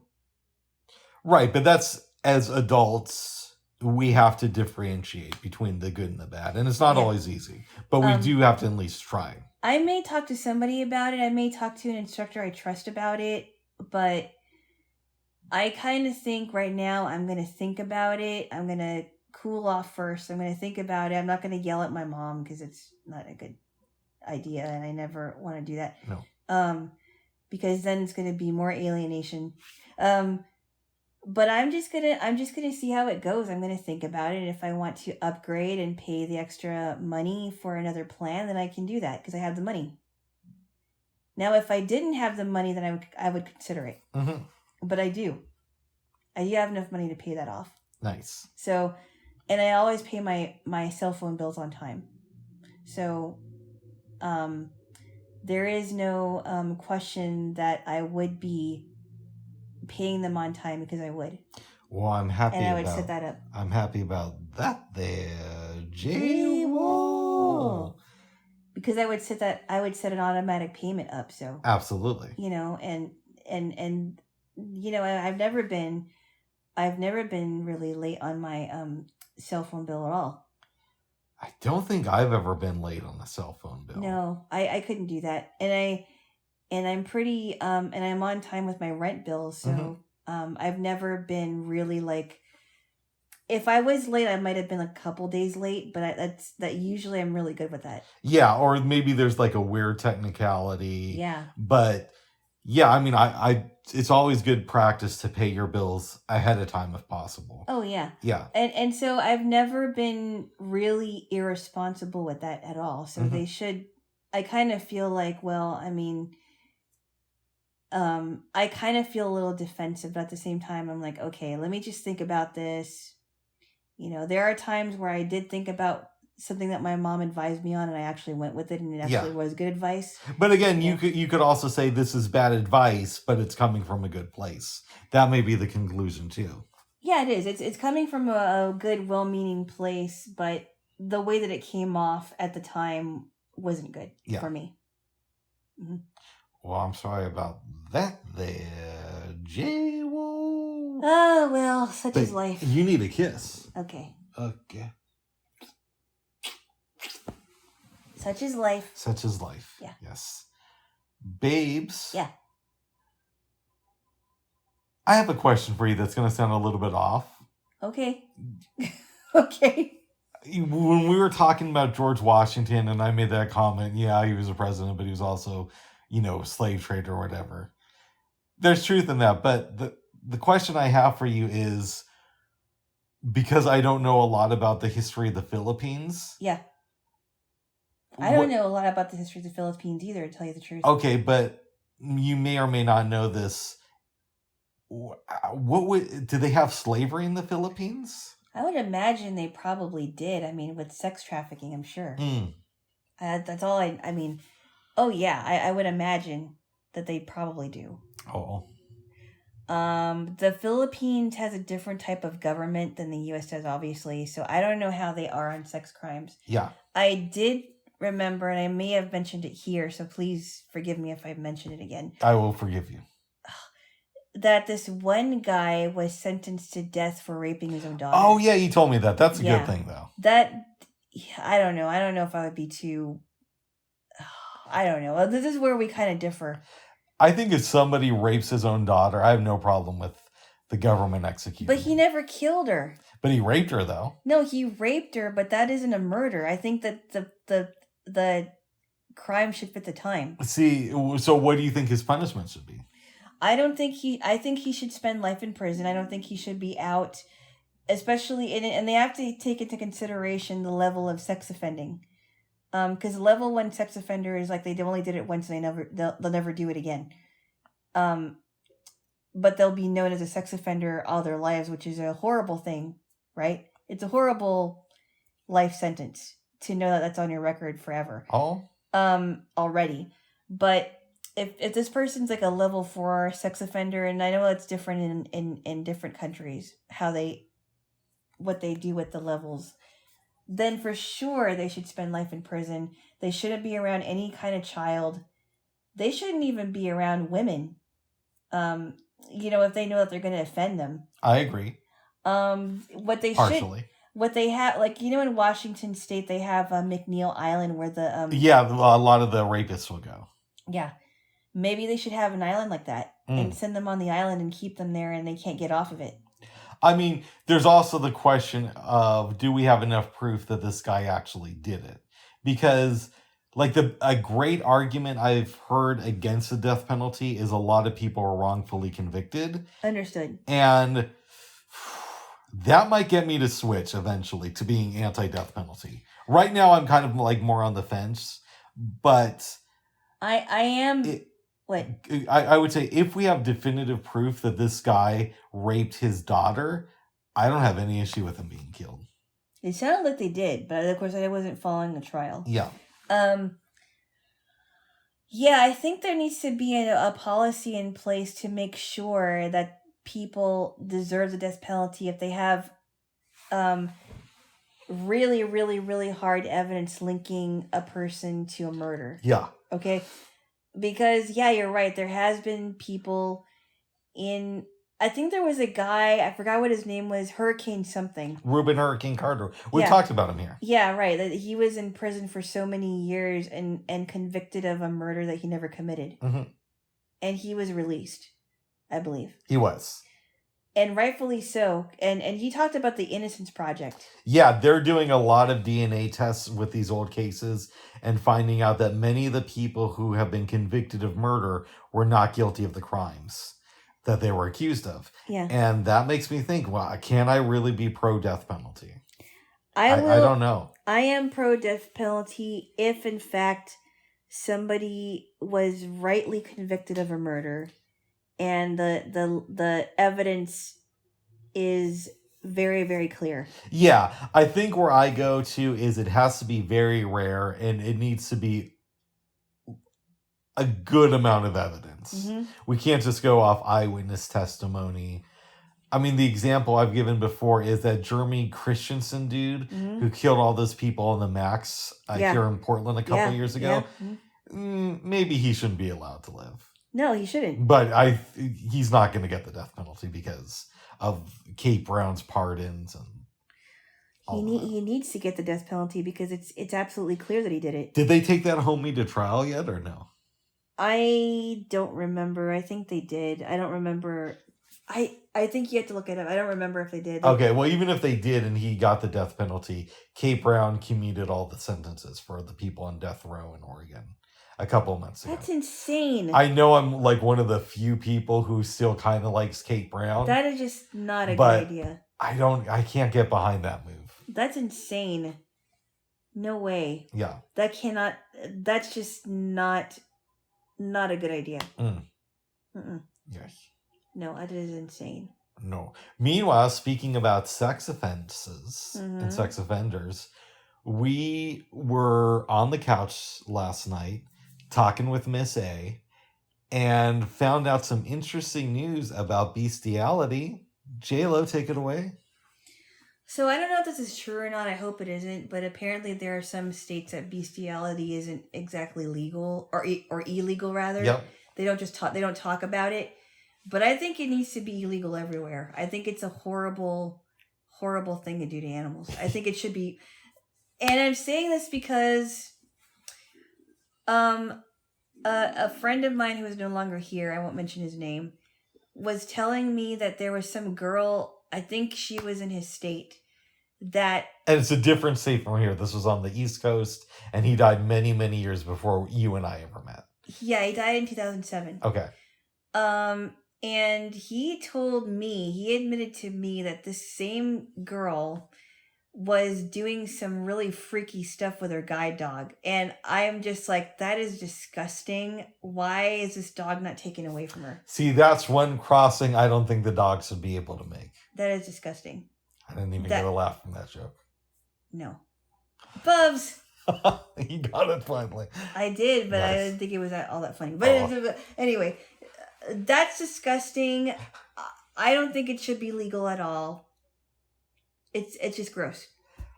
Yeah, I agree with you. I think bestiality should be illegal everywhere. Illegal. I said illegal. I said illegal. You said legal. Okay, I'm dyslexic. Illegal. That's what I meant to say, is illegal everywhere. And I'm surprised that it looks like there's some gray areas in this country. I don't know if that's... I'm hoping that's not true, because that's just insane. Mm-hmm. That is definitely a sex crime, and it said... The dot said that it was a felony. In some places. Yeah. That's just... Yeah. I wonder if there's any episodes of Law and Order SVU about this type of thing. I haven't seen one. Because they usually talk about like kids or a woman getting raped by her husband. But there's got to be something. Or a girl giving some disease to another kid. Yeah. There's got to be something there about somebody having sex with a cow. Or a blind girl doing her dog. This is gross. Yes. This is gross. I don't know. That's a good question. Yeah, I don't know. Not exactly the best treat for a day of hard work for the guy. Oh! Bubs. Yeah? Stop it. Okay. It's squash. Okay. Well, good. Like, Jaylo. yeah. Just want to see how long we've been doing this for. Okay, we got some time, and we can move to the movies if you want. Oh, yeah. Yeah. Yeah. Bubs! What? Would you stop with the creepy... Yeah. Oh, sorry, babes. I didn't know. This is the first I'm hearing about this. I know okay? you did. This is the first I'm hearing about No, it's not this. the first time. All right, well, give me a kiss before we talk about the films. Why? You need one? I do. Why? Yeah. Why? Because you get one. Yeah, but why did I need one? Because you hadn't had one in a while, and your mom upset you, and the talk of this girl getting it on with her dog was kind of getting you in a certain mood. It was a visceral reaction. I hope so, babes. Ugh. Oh, here's a question for you. What is that? Before we get to the films. Huh? Okay, so we've both known guide dog users. Yes. And granted, the story you told me was like a friend of yours who talked about somebody he knew, but presumably you did not know. No, I don't know this person. And this was years and years ago, a different part of the country, all that stuff. Yeah. Okay. Mm-hmm. Have you ever met a guide dog user and thought to yourself, I wonder if they've ever had sex with that animal? No. No, I have never once thought that. Wow. I only heard about this one girl from my friend who actually admitted to him that she did that. Yeah. And I don't know anyone that would be stupid enough to do that to their guide dog. That's disgusting. I don't know. That is just disgusting. Well, why do you think that you met someone that you thought, ooh, maybe they're doing something weird with their dog? Well, you never know for sure unless you're told, and nobody's ever said something like that to me. Mm-hmm. But there's some people I've met where I've thought to myself, I wonder how close they are with that dog. I have never once felt like asking somebody that. Well, I'm not going to ask something. No. Because, that could get bad very quickly. I've never met anyone like that. I've never met anyone that actually thought it was a good idea to do that. I never had the desire to ask them. Well, good. Yeah. Well, I love you, babes. That's just gross. That is gross. I'm sorry, I just gross. And that's why we're not getting you a guide dog. What? Why? Yeah. Well, I like using canes more, honestly. And if I really wanted to have a dog, I would keep the dog as a pet. Yeah. Yeah. Well, good. It would be my pet. I'm glad to hear that there, Jaylo. You're getting good at predicting me, babes. You're kind of predictable, Bubs. I'm sorry to say. That's okay. But you keep me on my toes. Okay. That's what's important there, Jaylo. Well, good. Babes. Yeah. We saw a couple of films last night. Yep. Children of Men and American Psycho. Yes. Yes. Do you want me to give the overview of Children of Men, or would you like to do that? Why don't you give the overview? Because you read the book too. I read the book, saw the movie before last night. I mean, meaning like several years ago. The book and the film, there's a few differences, but they're pretty much the same. Yeah. It's set in a dystopian future I think the book takes place in like 2019, but the movie. It's 2027, right? Well, I'm talking about the book. Okay. And the movie is like 2027. Oh, okay. It starts off, people are gathered around this TV set in, I believe, a bar. Yep. But you wouldn't really know that from the sounds because they're captivated. They learn that the youngest person alive has just been killed because this society, the planet rather, it seems like humans have been infertile for around 20 years, roughly. They said 18 years in the movie. They said 18 years, but you also got to remember it was like 18 years in 8 months, and there's 9 months of pregnancy. So it's roughly 20 years. It's not quite, but it's close. Okay. And people are basically, there's like a state of national mourning. Mm-hmm. There's a man who has been a political protester, an outsider, whatever you want to call him, for a very, very long time. And his name is Theo. Theo. Mm-hmm. And we don't see Rudy, but presumably she's learning how to behave and not be so mean to people. No, not Theo Huxtable. Okay, good. Theo, the British guy, whatever his name is. Theo the British guy. I believe that's Clive Owen. Okay. Clive Owen, the actor.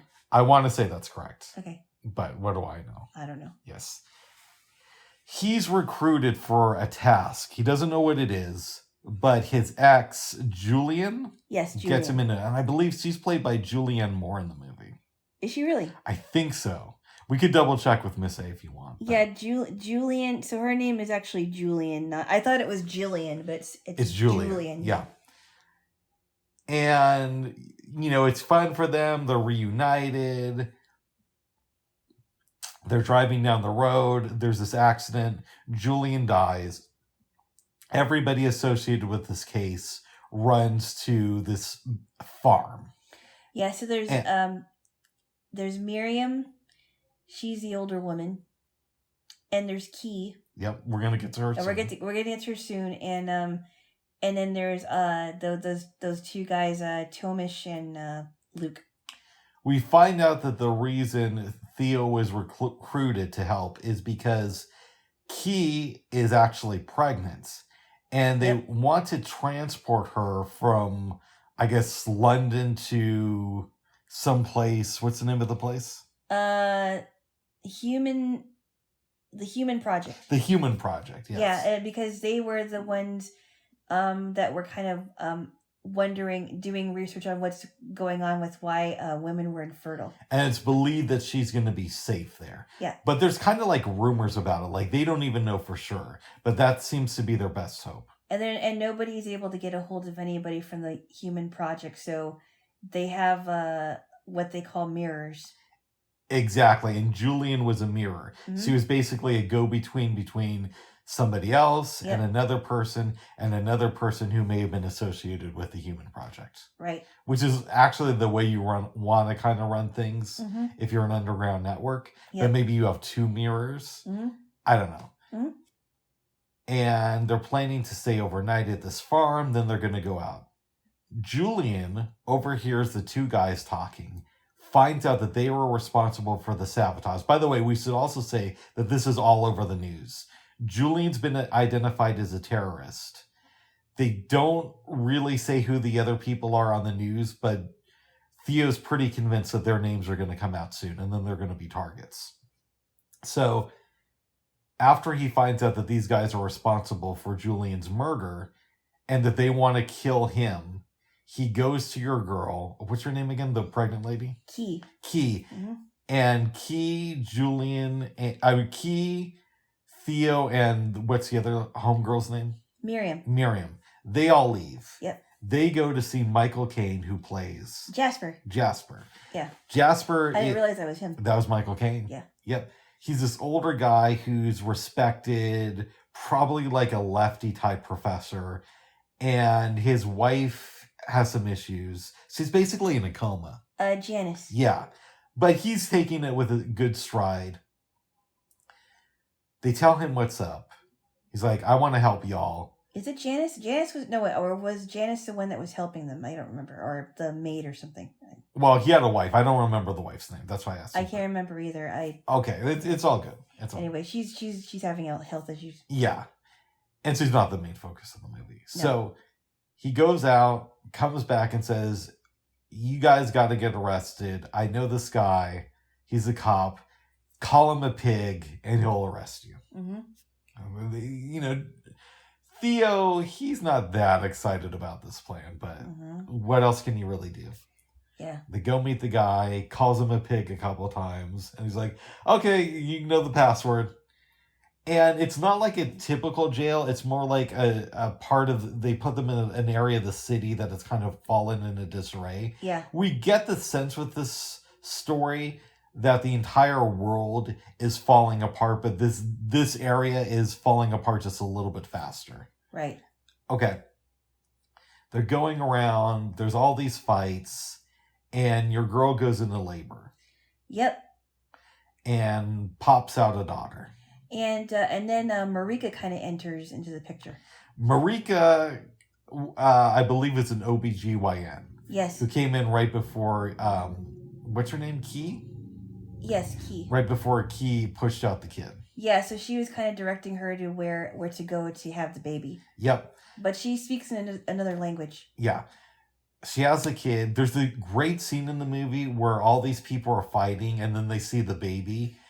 There's like a truce for a little while. And they touch the baby. Yeah. Yeah. They're so enamored by this baby because that's the first baby in 20 years. But they're not like a dad in the Philippines who gets sentenced. Oh my goodness. Friendly touching. Oh my goodness. Okay.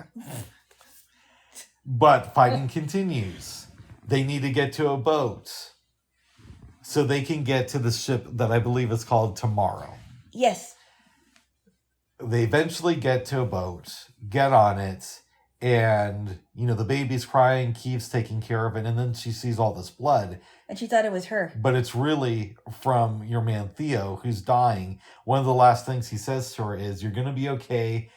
People are going to try to separate you from this kid. Don't allow it." Yeah. Then he passes away. She's rescued, and that's the end of the movie. Yeah. And, oh, wow. So, how I became aware of this film was Watch Mojo had a list of underrated movies. Mm-hmm. And this was like 2015, I want to say. This was one of those films, and I had never even heard of it. Wow. I see the film, find out it's based on a book, and then around the time we started dating each other, I pick up the book and I read it in an afternoon. It's a powerful movie. It really makes you think about stuff. Well, let me ask you a question. Yeah. What did you expect going into this movie versus what you ended up getting? I wasn't sure how it was going to be because I was assuming that it was just going to be a lot of men and no women, except for that one woman. Yeah. And I also thought, well, you know, because we didn't really see much of the society, really. I mean, it was more about Theo, Key, Miriam, Jasper, Luke Tomish, whoever was there that was in charge of protecting Key. Even though Luke was ended up being their enemy. So I didn't know what to think about it, really.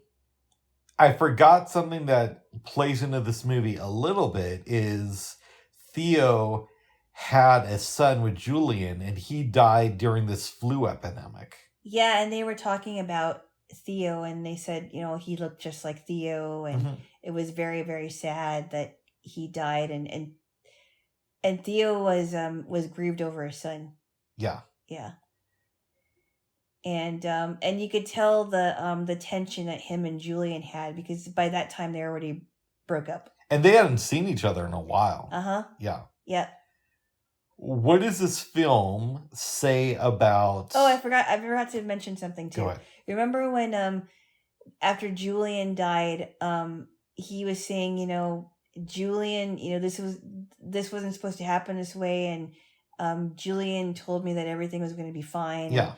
And she got me into more trouble because she shot those two officers. Yeah. Or I forgot who shot those two officers. I think what happened was they shot her, but they made it seem in the news like she shot them. Yeah. And they called her a terrorist. Mm-hmm. But we had already, I had mentioned part of that before. Yeah. So he was saying something like, yeah, that I didn't think this was going to be so hard, and and it just seemed like she wanted to do good, but it ended up being more trouble for him. Right. Yeah. But is it better for society as a whole? For what he did for Key, yes. I don't know. I mean, because we're assuming that she's going to go off to a good place where people are going to look after her. In some ways, and I know you haven't read The Hunger Games, what is it called? The Human Project in this movie, in Children of Men, kind of reminds me of District 13, which is a kind of like a mythical place in the first book of The Hunger Games. They find out it's real and think it's an amazing spot. And then in the third book, it's kind of implied that it's not as great as everybody's saying it is. Wow. So I don't necessarily know if Key is going to have this great life with this baby. And even if she does, is this a sign of things to come? Are more women going to start giving birth? Or is this going to be the last baby ever born? Yeah. And is she not going to give birth? Is she going to grow up and die at a young age? The daughter. The daughter, yeah. I don't know. Yeah, there's a lot of questions. Because at the end of the movie, towards the end of the movie, you can hear her singing to the baby. Because she says, okay, we're safe. And she's just saying that. Yeah. And I like that we don't know. I like that it doesn't answer every question. Because I know I keep trying to say if this film was made today, even though this film came out like 2006, I want to say. It's not that long ago, but since then, things have become a lot more comic book movie oriented, to put it kindly. It's not that it wasn't that before, but filmmaking has definitely become more Disney-fied in the last, 17 years. I don't know if that's really true. Oh, I think it's for sure true. I think if this movie came out today, Theo probably would have lived, and you would have seen them get on the boat, and you would have had to see that not only was it would have been implied that more women were going to start giving birth, and that the people from the Human Project were good. We'd have to see it instead of just hear that they might be nice people. That's how I think things would be different if this film was made today. Oh, well. What do you think? I don't know. It's possible. Maybe Theo would have ended up with Key. Yeah, exactly. You know what I mean? Yeah. He would have been like, oh, I want to take care of you and the baby, and I'm in love with you now, and I'm glad we got this film when we did, because that didn't happen. No. And it's a better ending that we don't have that, I think. And then I know that it was implied that Miriam was killed because they took her away and you don't hear from her anymore. So it's possible that she was killed. What does this film say about how slippery things can get with society? That's a good question. I don't know how I can answer that. That's tough. Okay. I don't know how I would be able to. How would you answer that? Well, I don't know, but what I would say is it's implied that the reason that the world is falling apart is because there's no new people on it. And it's not said, but again, I get the implication that the flu might be related to people not having kids. Like, because the flu happened, they say in 2008. The movie is based in 2027, and at the beginning of the movie, the youngest guy in the world who was killed was 18. Well, right? I remember too. Miriam was talking about how many miscarriages exactly those women had that she was treating. Yeah. So it does make me wonder if suddenly tomorrow women stopped having kids, what would happen to our society over a 20-year period? Would we fall apart? In some sense, it would be almost expected that we would, because there would be no new people taking care of the old. Well, that's really interesting that you say that, because we've talked about people that were for zero population. Yeah. right? They thought that the world is getting a lot more crowded. Well, think about this now. Now that we've watched this movie, I think it would be a tragedy if there were no new people in this world. But how do we balance that? Because we need people, but do we need as many as we have right now? I don't think that our world being, as crowded as it seems to be, I don't think it's as big a problem as people want to make it, because people are born every day and people die every day. So how can we say that it is really crowded? Well, one indication might be the lack of resources we have. That's why we need new people in this world to grow up and be in charge of those resources. See, I think we need some new people, but the amount that we're getting is a little bit too overwhelming. But who's going to be our new leaders? That's why I said we need some. No, we need a bunch of them. Why? Who's going to be our new leaders? Who's going to be who's going to be the ones that are factory workers and truckers and people that deliver things to stores and restaurants? You have to think about the whole big picture. Right. It can't just be we need some people. But you also have to consider, well, how are these people going to manage society when we run out of oil because everybody's just been using up this resource and nobody wants to invest in alternative forms of energy? Or how are we going to feed this huge population over a period of time? Those are two other things that I think those people are like to ignore. Issues that humans can't deal with. I think it's not a human problem. But it's a human problem if it potentially could end our civilization. But I don't think that humans are responsible for ending our civilization. I don't think we can be responsible for it. I think it's a much bigger thing that a human can't solve. Okay. We like to talk about solving the world's problems, but there are some problems that humans don't have the ability to solve. I will grant you that, but doesn't it say in the Bible to be a good steward of the land? Yeah, but the way that they think of it is no longer about taking care of the land. It's more like, we don't want you eating meat, we don't want you driving cars, and we don't want them to be oil-driven cars. We don't want you taking Learjets anymore. It's become a real cult, if I can say that, because it feels like they are under this religion of power and control. It's no longer about the planet anymore. It's more like, we don't want you to have these things because we see things a lot better. And it's also linked to transhumanism. There's a strong link between that and climate, the climate change thing, and transhumanism, because now they think that they can control our minds with machinery. It's a whole big mess. I'm not saying that you don't make some relevant points, but let me give you a counterexample. Let's look at what just happened in Palestine, here in America. That Palestine. East Palestine. The one that we didn't know about until like 5 days ago. It's not Palestine, it's East Palestine, East Ohio. Palestine. Okay. Oh, there's another thing we got to talk about, but we'll get to that soon. Do you think that's a sign that the railroad companies are good stewards of our land? I don't. Well, I mean, that's you're right. We shouldn't have all these chemicals. No, I totally agree with you. But what I'm saying is, it's being manifested as something else now, because it's no longer just about chemicals.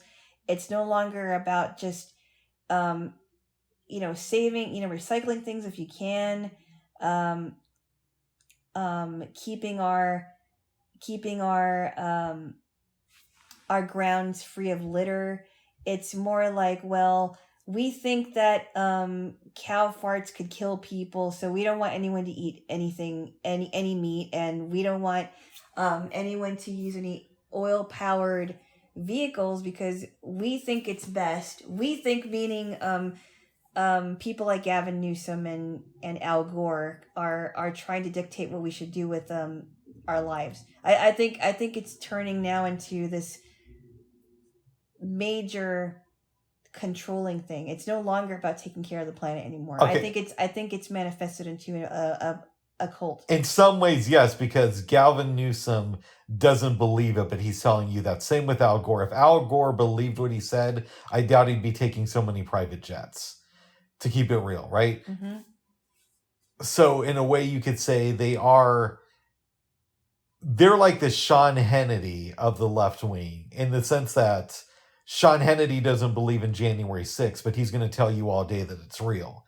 And Al Gore, if he believes in climate change, he doesn't think that it's as much of an issue as he tells you. And we can tell that because he still takes private jets everywhere.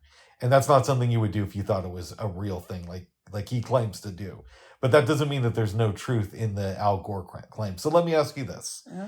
We have a population, I don't know what the numbers are exactly, but let's guesstimate. 6 billion, roughly. Well, let's say in the U.S. Okay. Let's keep it home. Okay. Let's say roughly 300 million people. Mm-hmm. I don't know if our agricultural infrastructure is sustainable at that level. But let's say instead of 300 million people, we had 60 million people. Well, maybe there would be less of an emphasis on we need to get rid of cows because we'd have to have less cows to feed all the people, right? So I'm not necessarily opposed to people still having kids, but I think that the rate that it's been going on is a little bit too much. I don't think it's too much at all. Wow. I think we need new people. I think we need a lot of new people. I think that the reason why we need families is because that keeps a strong society together. It's not just the people we have now. But it's also, too, the way the family structure, the ideal isn't really as likely as it used to be, meaning that with wage disparities, with the way big corporations are now, typically these days, both parents will have to work 2 8-hour jobs a day. So they'll have to work 16 hours a day. And then how much time does that really give them to spend with their kids? And that's just to barely make ends meet, is what it seems like. So I think the family structure is going away because of big corporations anyway. I don't think the family structure is going away because of big corporations. I think the family structure, it looks like it might be going away because it's being redefined. It's not just because big corporations want their money. It's because it's being redefined now. And kids are being over-sexualized. There's a whole big mess of stuff that's going on that is destroying families left and right. And it saddens me because I think good families do make a good society. And I know that seems very old-fashioned today if a lot of people don't want to hear that, but it's true. I don't necessarily disagree with you, but what I would say is that big corporations don't help the situation. And I also don't believe that big corporations are all evil either. I think they, generally speaking, are. And I don't think the way our system is set up is sustainable. Now, you could blame that on population control or overpopulation. You could blame that on we're not having strong adults in homes with kids now. But whatever the reasoning is, we can't sustain things like they are. I don't think so. But that's just me. Oh. Yeah. But it's a good movie and inspired this. It is a good movie. Yeah. It really makes you think about stuff. What would you give it on a scale from 1 to 10? Oh, I'd probably give it an 8. I would agree with you. Yeah. Does it make you want to read the book? I don't know that I really have to, because if you're saying that it's not that far from it, I don't know that I really need to read it. Like, one of the main differences is your girl gives birth to a son and not a daughter. Not a daughter, okay. Yeah. Does she name the son Dylan? I believe so. Okay, because Dylan is also a girl's name too. Nice. Yeah. Nice. I thought she was going to have a son, but it was different that she had a girl. Yeah. Yeah. But it made you really think too, because what if this girl ends up having a child? Exactly. Yeah. But what if she doesn't? What if she doesn't? Yeah. Mm-hmm. So they could have she could have had a boy in the movie, but I think it was really interesting if she had a girl. Also, what would it be like, babes, growing up as a kid and only being able to be on the playground by yourself because nobody else is having kids. Yeah, and remember when Miriam was, I think it was either Miriam or Key or somebody was saying you could hear swing sets, but you can't hear any kids. Yep. And it's like, it's really interesting without hearing children's voices. Mm-hmm. Yeah, I honestly think it would be so quiet. Very, very quiet. Nice. And I like hearing children playing on playgrounds. Oh, well, good for you. Yeah. Anyway. So before we get to the next movie, though, yeah. there's something we forgot to talk about that I do think is kind of relevant, even though it didn't happen to us. Mm-hmm. And I think it's actually possible that by the time this comes out, he'll already be dead. Okay. Jimmy Carter is receiving hospice care.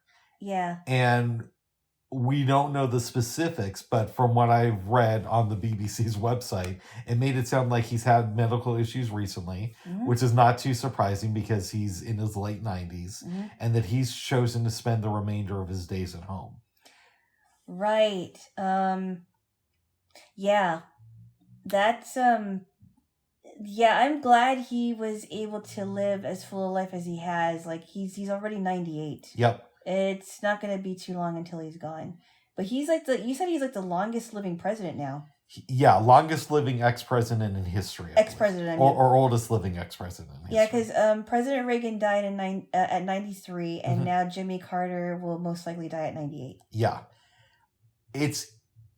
I don't know enough about Jimmy Carter. I don't either. I've heard that he was actually a good president and he was super lib, but he just made a couple of mistakes. I heard it was a lot of mistakes. I've heard a few here and there. I heard it was a bunch of policies that weren't working for him. I don't know. I wasn't alive back then, and things can get. But I have heard confusing. That it seemed to me that generally he was a nice guy. And when he left the presidency, you know what? One of the things he did. What was that? He started building homes for Habitat for Humanity. I think I heard about that. Yes, yeah. And I heard that Habitat for Humanity does very good work. I've heard that too. I went to a person's house that was built by Habitat for Humanity. Nice.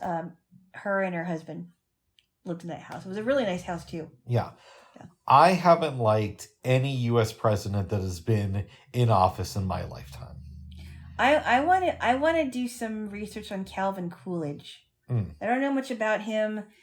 My former college professor who taught a political science class, which I didn't realize it was until I was in it. I didn't know much about it really.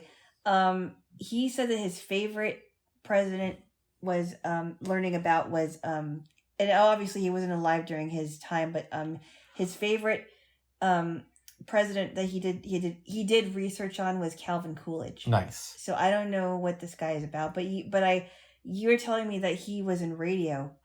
He helped get radio started. I forget the specifics, but he was involved in the early days in some form. Mm-hmm. There's a book called Hello Everybody, and it brings up Calvin Coolidge. But to Jimmy Carter for another minute. He was like the last president before I was born. So it was him, then Reagan, and then we get the Bushes, Clinton, Bush again, Obama, Trump, and now Biden. And I haven't liked any of them. I don't like U.S. presidents. Jimmy Carter seems nice on interviews, though. And I think I need to explore this guy's legacy and read some books about him. Yes. How do you feel about that? I don't know. Maybe. Now I'm going to drop a bomb on you, metaphorically speaking. So Jimmy Carter, I've heard, is pretty lib, but he's also an evangelical Christian. I heard about that, which doesn't make any sense to me, obviously. We've talked about this before. I've heard about that, but I didn't know that I didn't know that he was so lib. Yeah. Well, I just don't get it, but that's just me. I don't get it either, but I've heard people say that Reagan, in a lot of ways, hijacked the evangelical Christian movement. I don't know if I could go that far, as much as I hate Reagan. You don't hate him, Bubs. You don't know much about him. Honestly. I know a lot about him. Have you done any research into the things? I will. What? Keep asking. No asking. I'll get back to you on that one. When? I don't know. You could do research tomorrow since you don't have class. I might do that tonight or tomorrow. Nice. But Yeah, he was a bad guy. What? You could be completely wrong about that, Bubs. Oh, Well, no. that'll be a way for me to prove you wrong. Yeah, exactly. If you do research.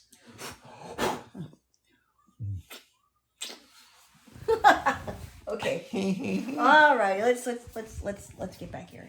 Yeah, we could talk about the Trump thing that came out this week. We don't have to. We've already talked about Jimmy Carter. Well wishes to his family. That's got to be really tough. Yeah, that's every time I hear about people that are being in hospice care, it saddens me to hear that they're basically going to be made to feel comfortable until it's time for them to go.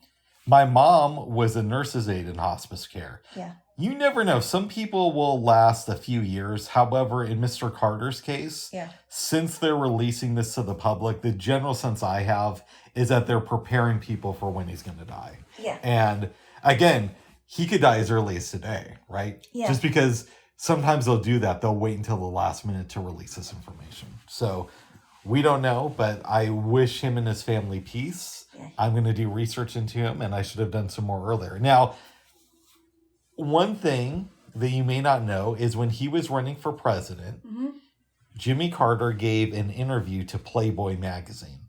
Wow. Really? By that time, he had been married for something like 25 plus years. Yeah. What are you doing? No, I'm just fixing the blanket. And he got a lot of blowback because he said that he had sinned in his heart against his wife. So, in other words, he cheated on her. Well, I think the implication was he thought about cheating on her. Okay. Now, that could have been toned down. Maybe he actually did have sex with other women. I don't know. But but maybe he just thought because he thought about it, it might as well have been a sin. And back then in the 70s, that was still pretty controversial for a person to say. Right. You know. Mm-hmm. And if Gerald Ford hadn't screwed up rather the Nixon thing so badly, he might have been reelected. Mm-hmm. You know. What do you think of what Ford did with the Nixon thing? I need to do more research on that because you told me about that once before, I think on this podcast. He pardoned him.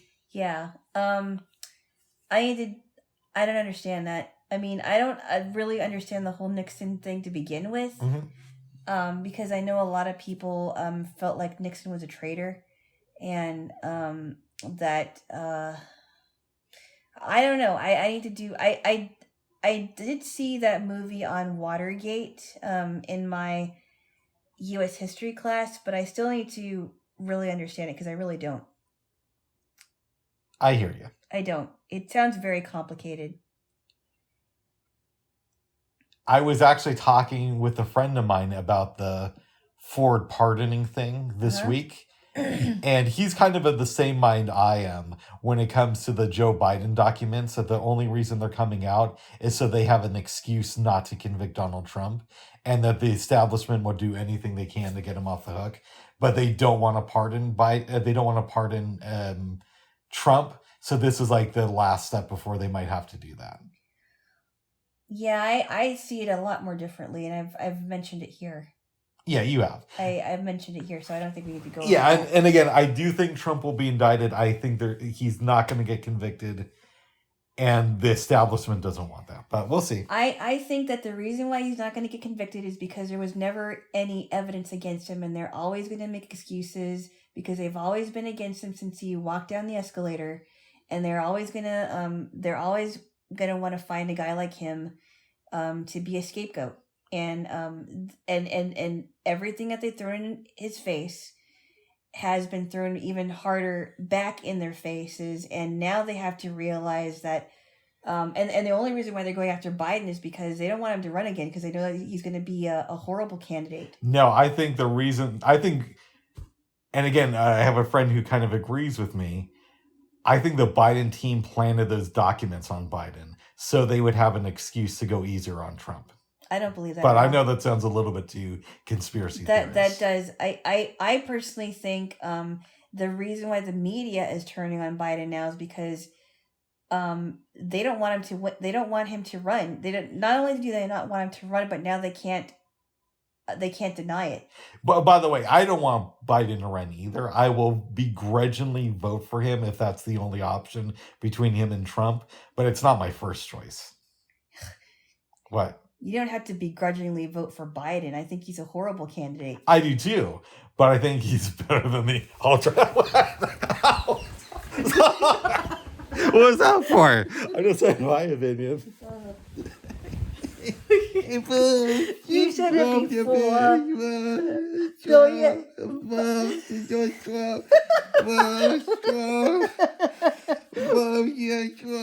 Vote. I can't do that. All right, give me a kiss. I saw we. This is why people like our episodes. Oh my goodness.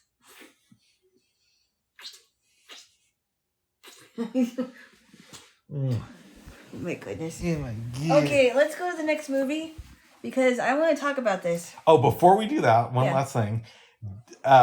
China is saying that they are implying that they might start providing weapons to Russia. Oh boy. So that's just something to keep note of. But not a good idea. We can move on to the next movie. I agree with you on that one. Not a good idea. Not a good idea. It's going to be a disaster waiting to happen. Exactly. But the next movie. So this movie is American Psycho starring Christian Bale, which I didn't realize he played the main character because he was so good. He was. He really had that American accent down. You couldn't even tell that he was from the UK. He's from England, right? I believe so. I could be wrong. Okay. Anyway, he's out from here. So Patrick Bateman is the main character, and from all intents and purposes, he's a rich guy. He has his own secretary. I forgot what company. Was it Pierce & Pierce? No, I think that was the dude that he killed was from that company. Okay. He's from a competing company. He's from a competing company, and he's got his own secretary, and he's fit, and he takes care of his skin, and he's got a good diet. But he's failing in relationships because his fiance Evelyn he's with, but he's having an affair with her best friend Courtney, her closest friend. Not only does she love? Oh my goodness! Sorry, go ahead. And not only that, she has a fiance named Lewis who's kind of into guys. It sounds like. Well, we're gonna get into that later. Patrick Bateman sees a lot of guys that goes to people that go to Harry's bar, including his lawyer Harold. I guess we find out about him later in the movie. Yeah. I thought it was Howard, but maybe he was on drugs and he said Howard by mistake, but Harold. Anyway, so he's going on with his life. He's still seeing Courtney. Courtney seems to be high on lithium all the time. Like she seems very out of it. And he really thinks highly of himself, and he thinks he can get into this restaurant called Dorsia. I love how that restaurant just keeps coming up. Yeah, Dorsia. And it's funny because he convinced Courtney that he was going to go to Dorsia, and they end up going to Arcadia. It's another restaurant. So he buys the best whatever it is. A bunch of things happen. He's annoyed with this guy named Paul Allen who keeps calling him Marcus. And there's a scene where he's at his Paul Allen's apartment. He gets an axe and he's talking to Paul Allen, and while he does that, he ends up killing and gutting him with an axe. And Detective Kimball is on his case. He keeps, every time he wants to talk to him, all he can talk about is the Paul Allen case. Mm-hmm. It's kind of funny, actually.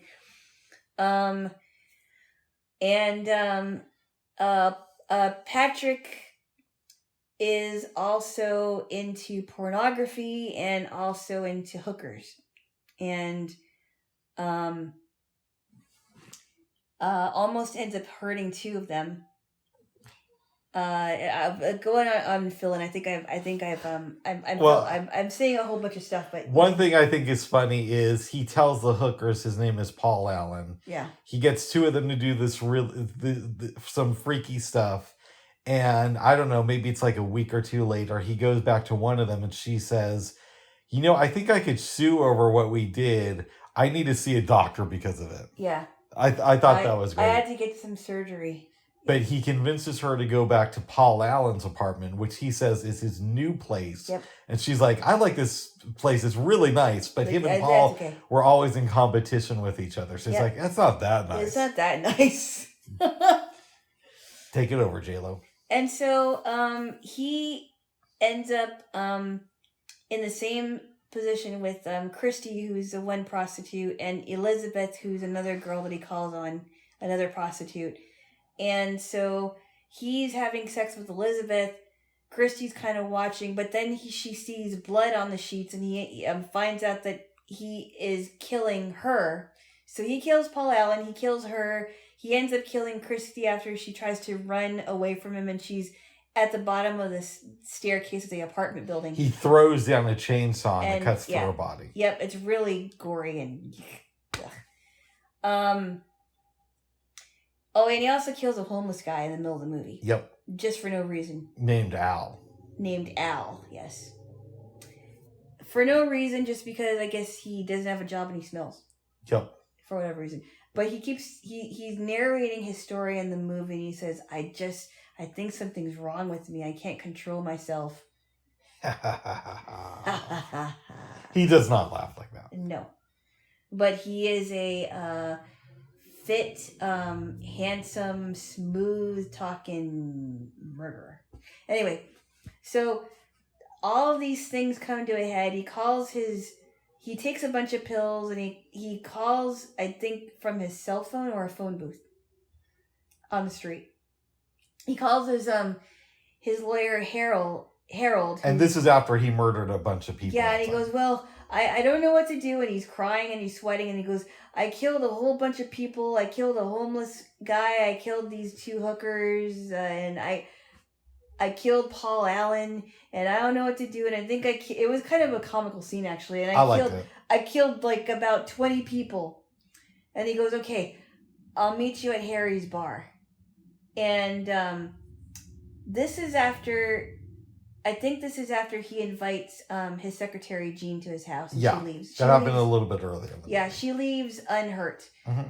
And then he calls her. He calls Jean and says, and he's not understandable, because by this time he's like going crazy, and he's like, I don't know what's wrong with me. Something's wrong with me. And she's like, Patrick, are you okay? Are you all right?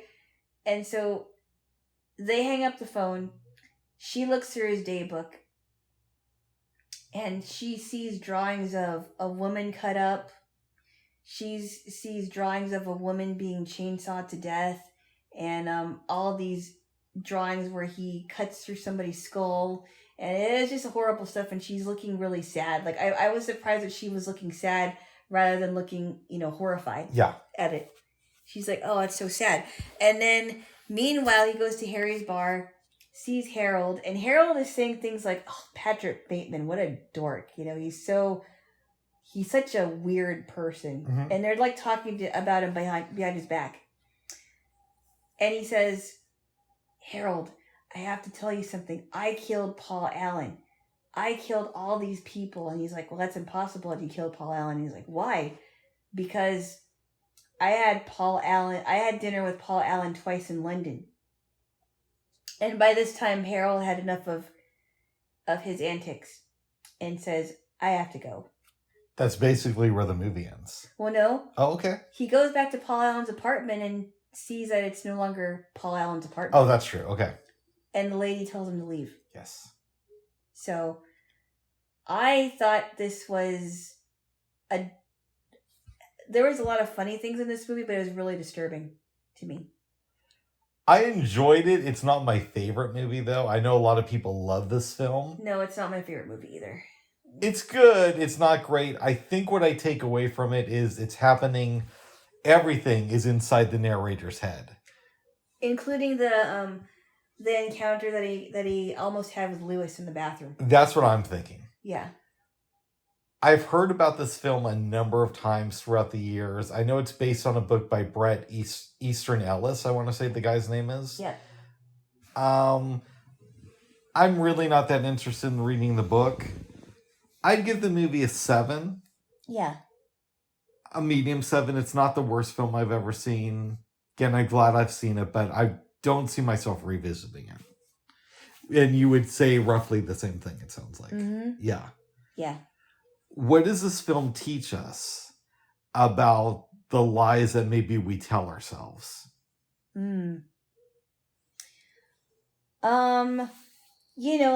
Like you said before about people believing the lies that they tell themselves in their heads. Right. It really becomes real.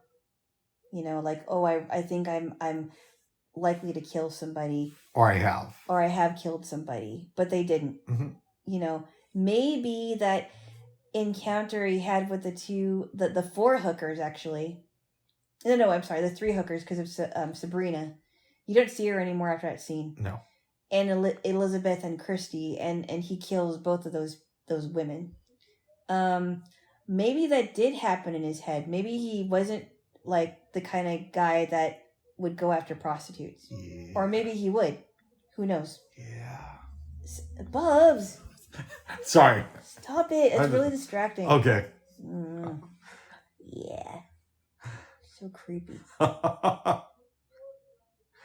What does this film teach us about sanity? I guess if you spend enough time in your own head, you will go insane. Oh. Depending on what thoughts you're thinking about, because I don't think about those weird things. Nice. If you have thoughts about killing people, you probably will go insane. Would you recommend this film to anybody? Like your family or no? I don't know. It's funny at different times, but it's also disturbing to me. Yeah. And knowing that Christian Bale has flown off the handle several times, I don't know. I hear you. He seems like a crazy person in real life, though. Yes, and we've only seen snippets from his life. True. So maybe on a day-to-day basis, he's a little bit more together. Or maybe like some of the incidents from his past have led him to really examine himself and how he wants to come across and how he wants to be as a person. So I don't know with him. And in fairness, I don't think there's been any weird stuff about him since like 2008. Yeah, not lately. Yeah. Maybe he's kind of staying out of that because now Alec Baldwin's taking the spotlight. Yeah, maybe he's like, I don't want to fight this dude. But it's also maybe he's just done a lot of work on himself. I don't know, but that's a possibility. You would hope that people like Christian Bale would try to improve himself and grow as a human being. Mm-hmm. There's always room for improvement for all of us. Absolutely. We're not going to be perfect at it, but at least we just improve as we grow. Try to do the best you can. Right. Yes. Become a better person. Exactly. How would you rank the movies we saw this weekend? Oh, wow. Okay. The 2 movies on Friday, I gave them both 7s. Okay. Children of Men, I think I'd give an 8. An 8. I think American Psycho, I'd probably give a weak 7. So, Children of Men was the best movie. Yeah. Then would you say Don't Be a Menace? Would you say American Psycho? Or would you say Logan's Run? I don't know. That's a really good question. Because Logan's Run was good, but it was kind of hard to understand. Yep. And Don't Be a Menace in South Central, I thought was funny, but it wasn't as funny as you thought it was. Okay. So maybe Logan's Run? Wow. I don't know. Interesting. Yeah. And so then what's the worst movie? Is it Don't Be a Menace or American Psycho? Oh, wow. Maybe American Psycho? Wow. Nice. I don't know. Like I think I'd give it like maybe a weak 7. Yeah. Just because it was so disturbing and I don't know. Well, good. Yeah. Good. So basically what you're telling me is you like Lope Dog more than Patrick Bateman. I never said I liked Lope Dog. I liked Trey. Nice. Trey seemed a lot more sane than everybody else. Yes. I think he wanted to fit in, but I don't think he could fit in. Cigarette, ashtray. Which is, we're trying to remember his name at the barbecue. No, it's Ashtray. Yeah. I'm guessing that was a nickname of his. It wasn't like his real name. I think that was his character's real name. Ashtray? His nickname was Trey. Oh, okay. Maybe it was. That's a weird name. Wow. Well, good. Lopdog? Mr. Lopdog? Lopdog? Woo! Do it one more time. One more time. Yes. So wait, he didn't have any seatbelts in the car? No, because he's a crash test dummy. And what did it crash into? Just this wall, I think. One more time. Yes. Wow. Good movie there. Jaylo? Do you remember when you were a kid? I do parts of it. Bubs. Go ahead. Do you remember, this is off subject, but Yeah. do you remember when you were a kid watching the crash test dummy commercials? Yes. To teach kids to buckle up their seatbelts? I do. Yeah, what do you think about those?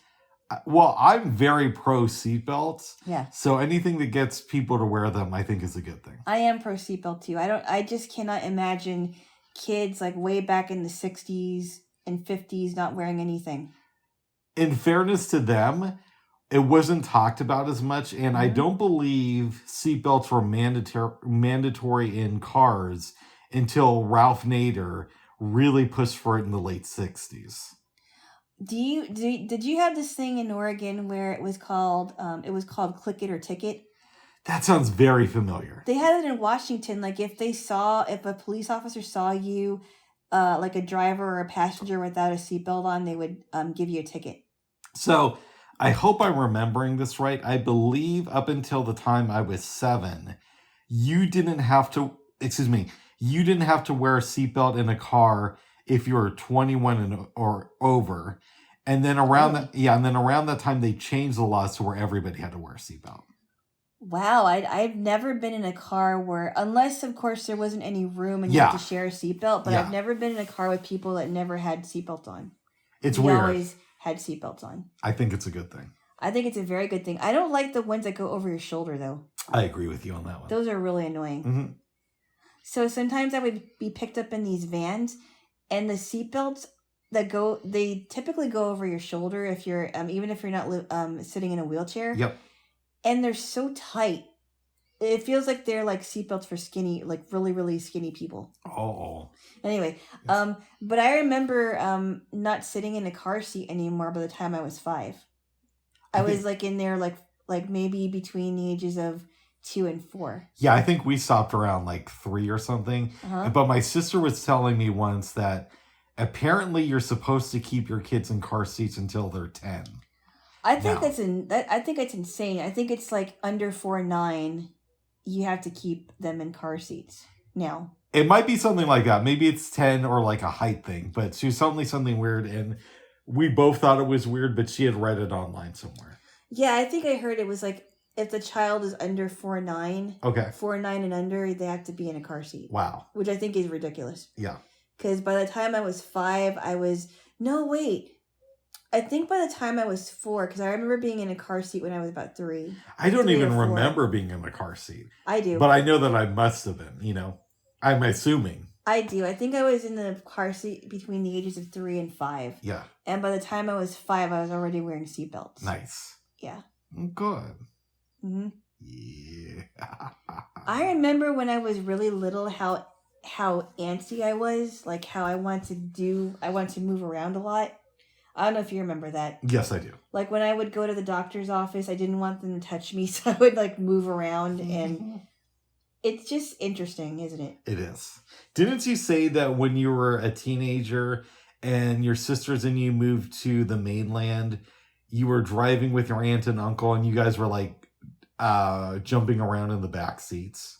Or am I remembering that? No. We didn't do that. Okay. I remember when we were little, maybe like 8 or 9 or something, whatever it was, and our aunt would be driving or something, or whatever aunts would be driving, and we would start laughing and moving around. They're like, "You guys don't move around because we might get into an accident." Yeah. Yeah. Nice. That's what they said. Nice. But no, this is not when we were teenagers. We were a lot, more still. Oh, good. We weren't moving around like 5-year-olds. I'm glad to hear that. And somehow I always ended up sitting in the middle. I don't know why.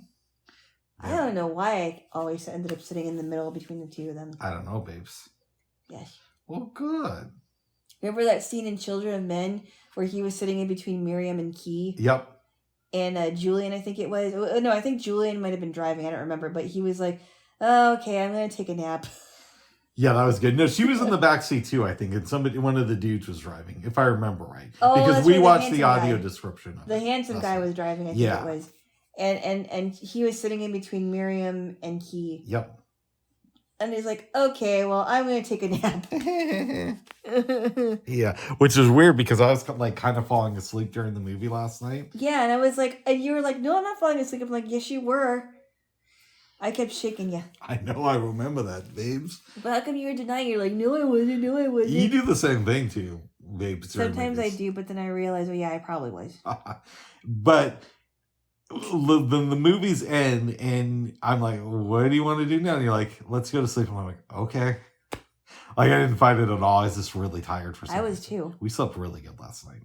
Mm-hmm. And once we got to sleep, I listened to some of the BBC book last night for maybe a half hour, got up, drank some water, opened up the door, and I hear you talking to Miss A saying, oh my goodness. And then somehow my hand ended up over in this area by your rump.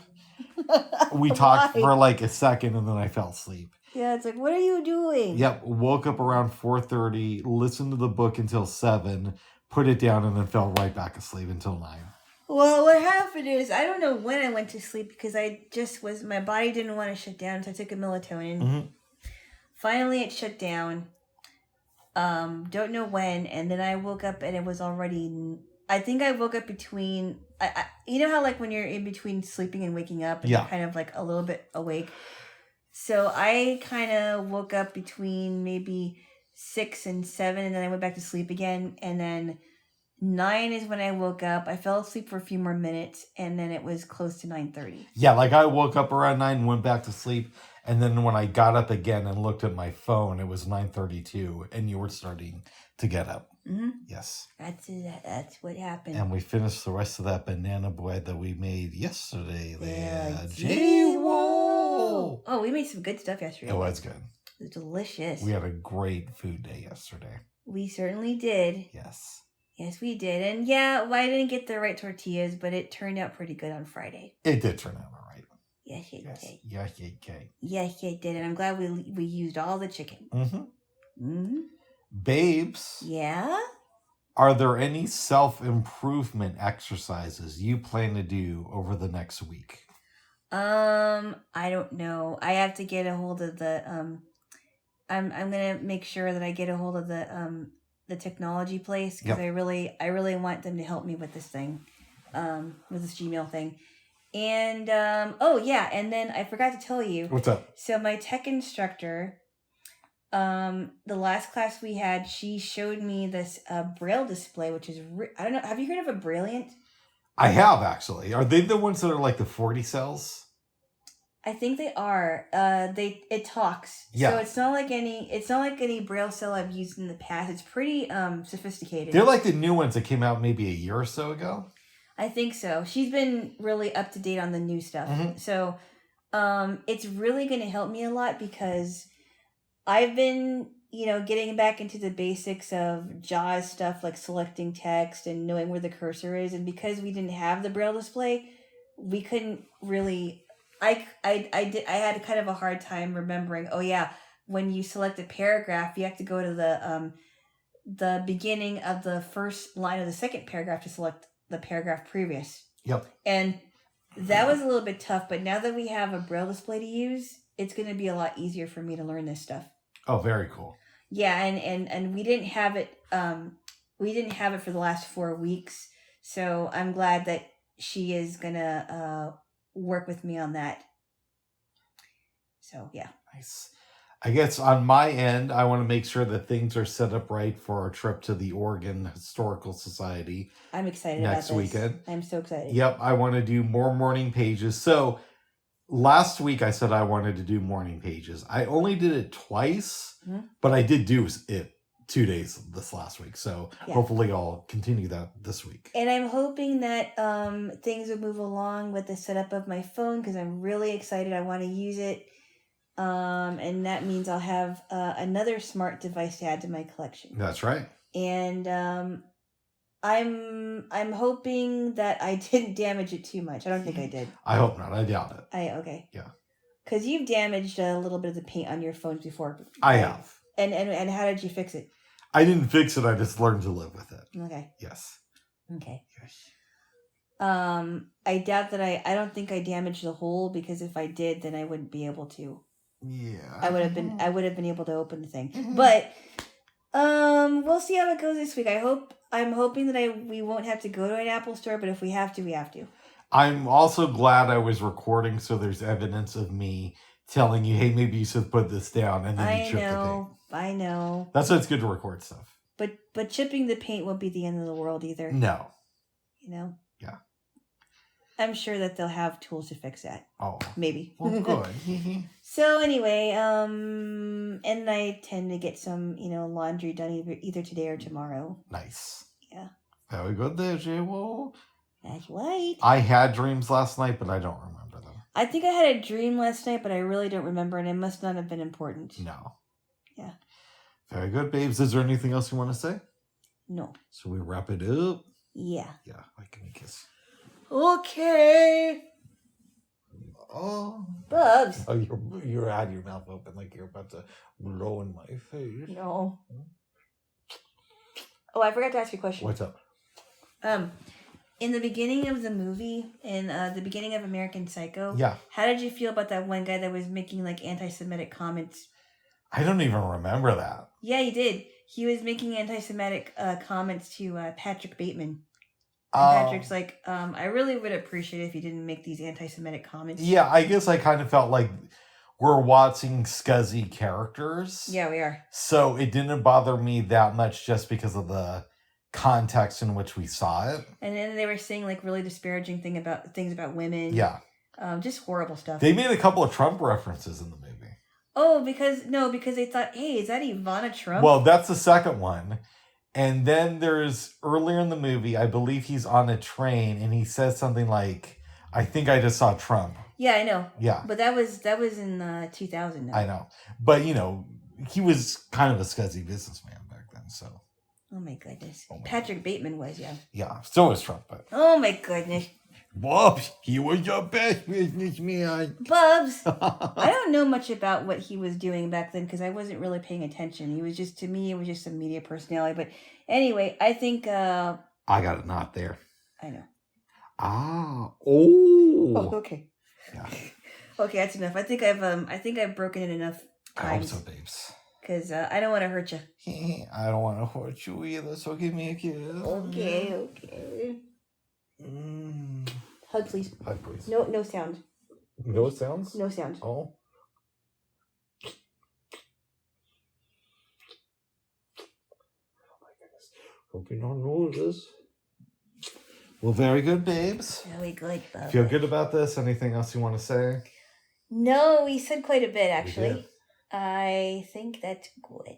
And it is now 1:43. Whoa, are you serious? I'm dead serious. Wow. Yeah. Okay.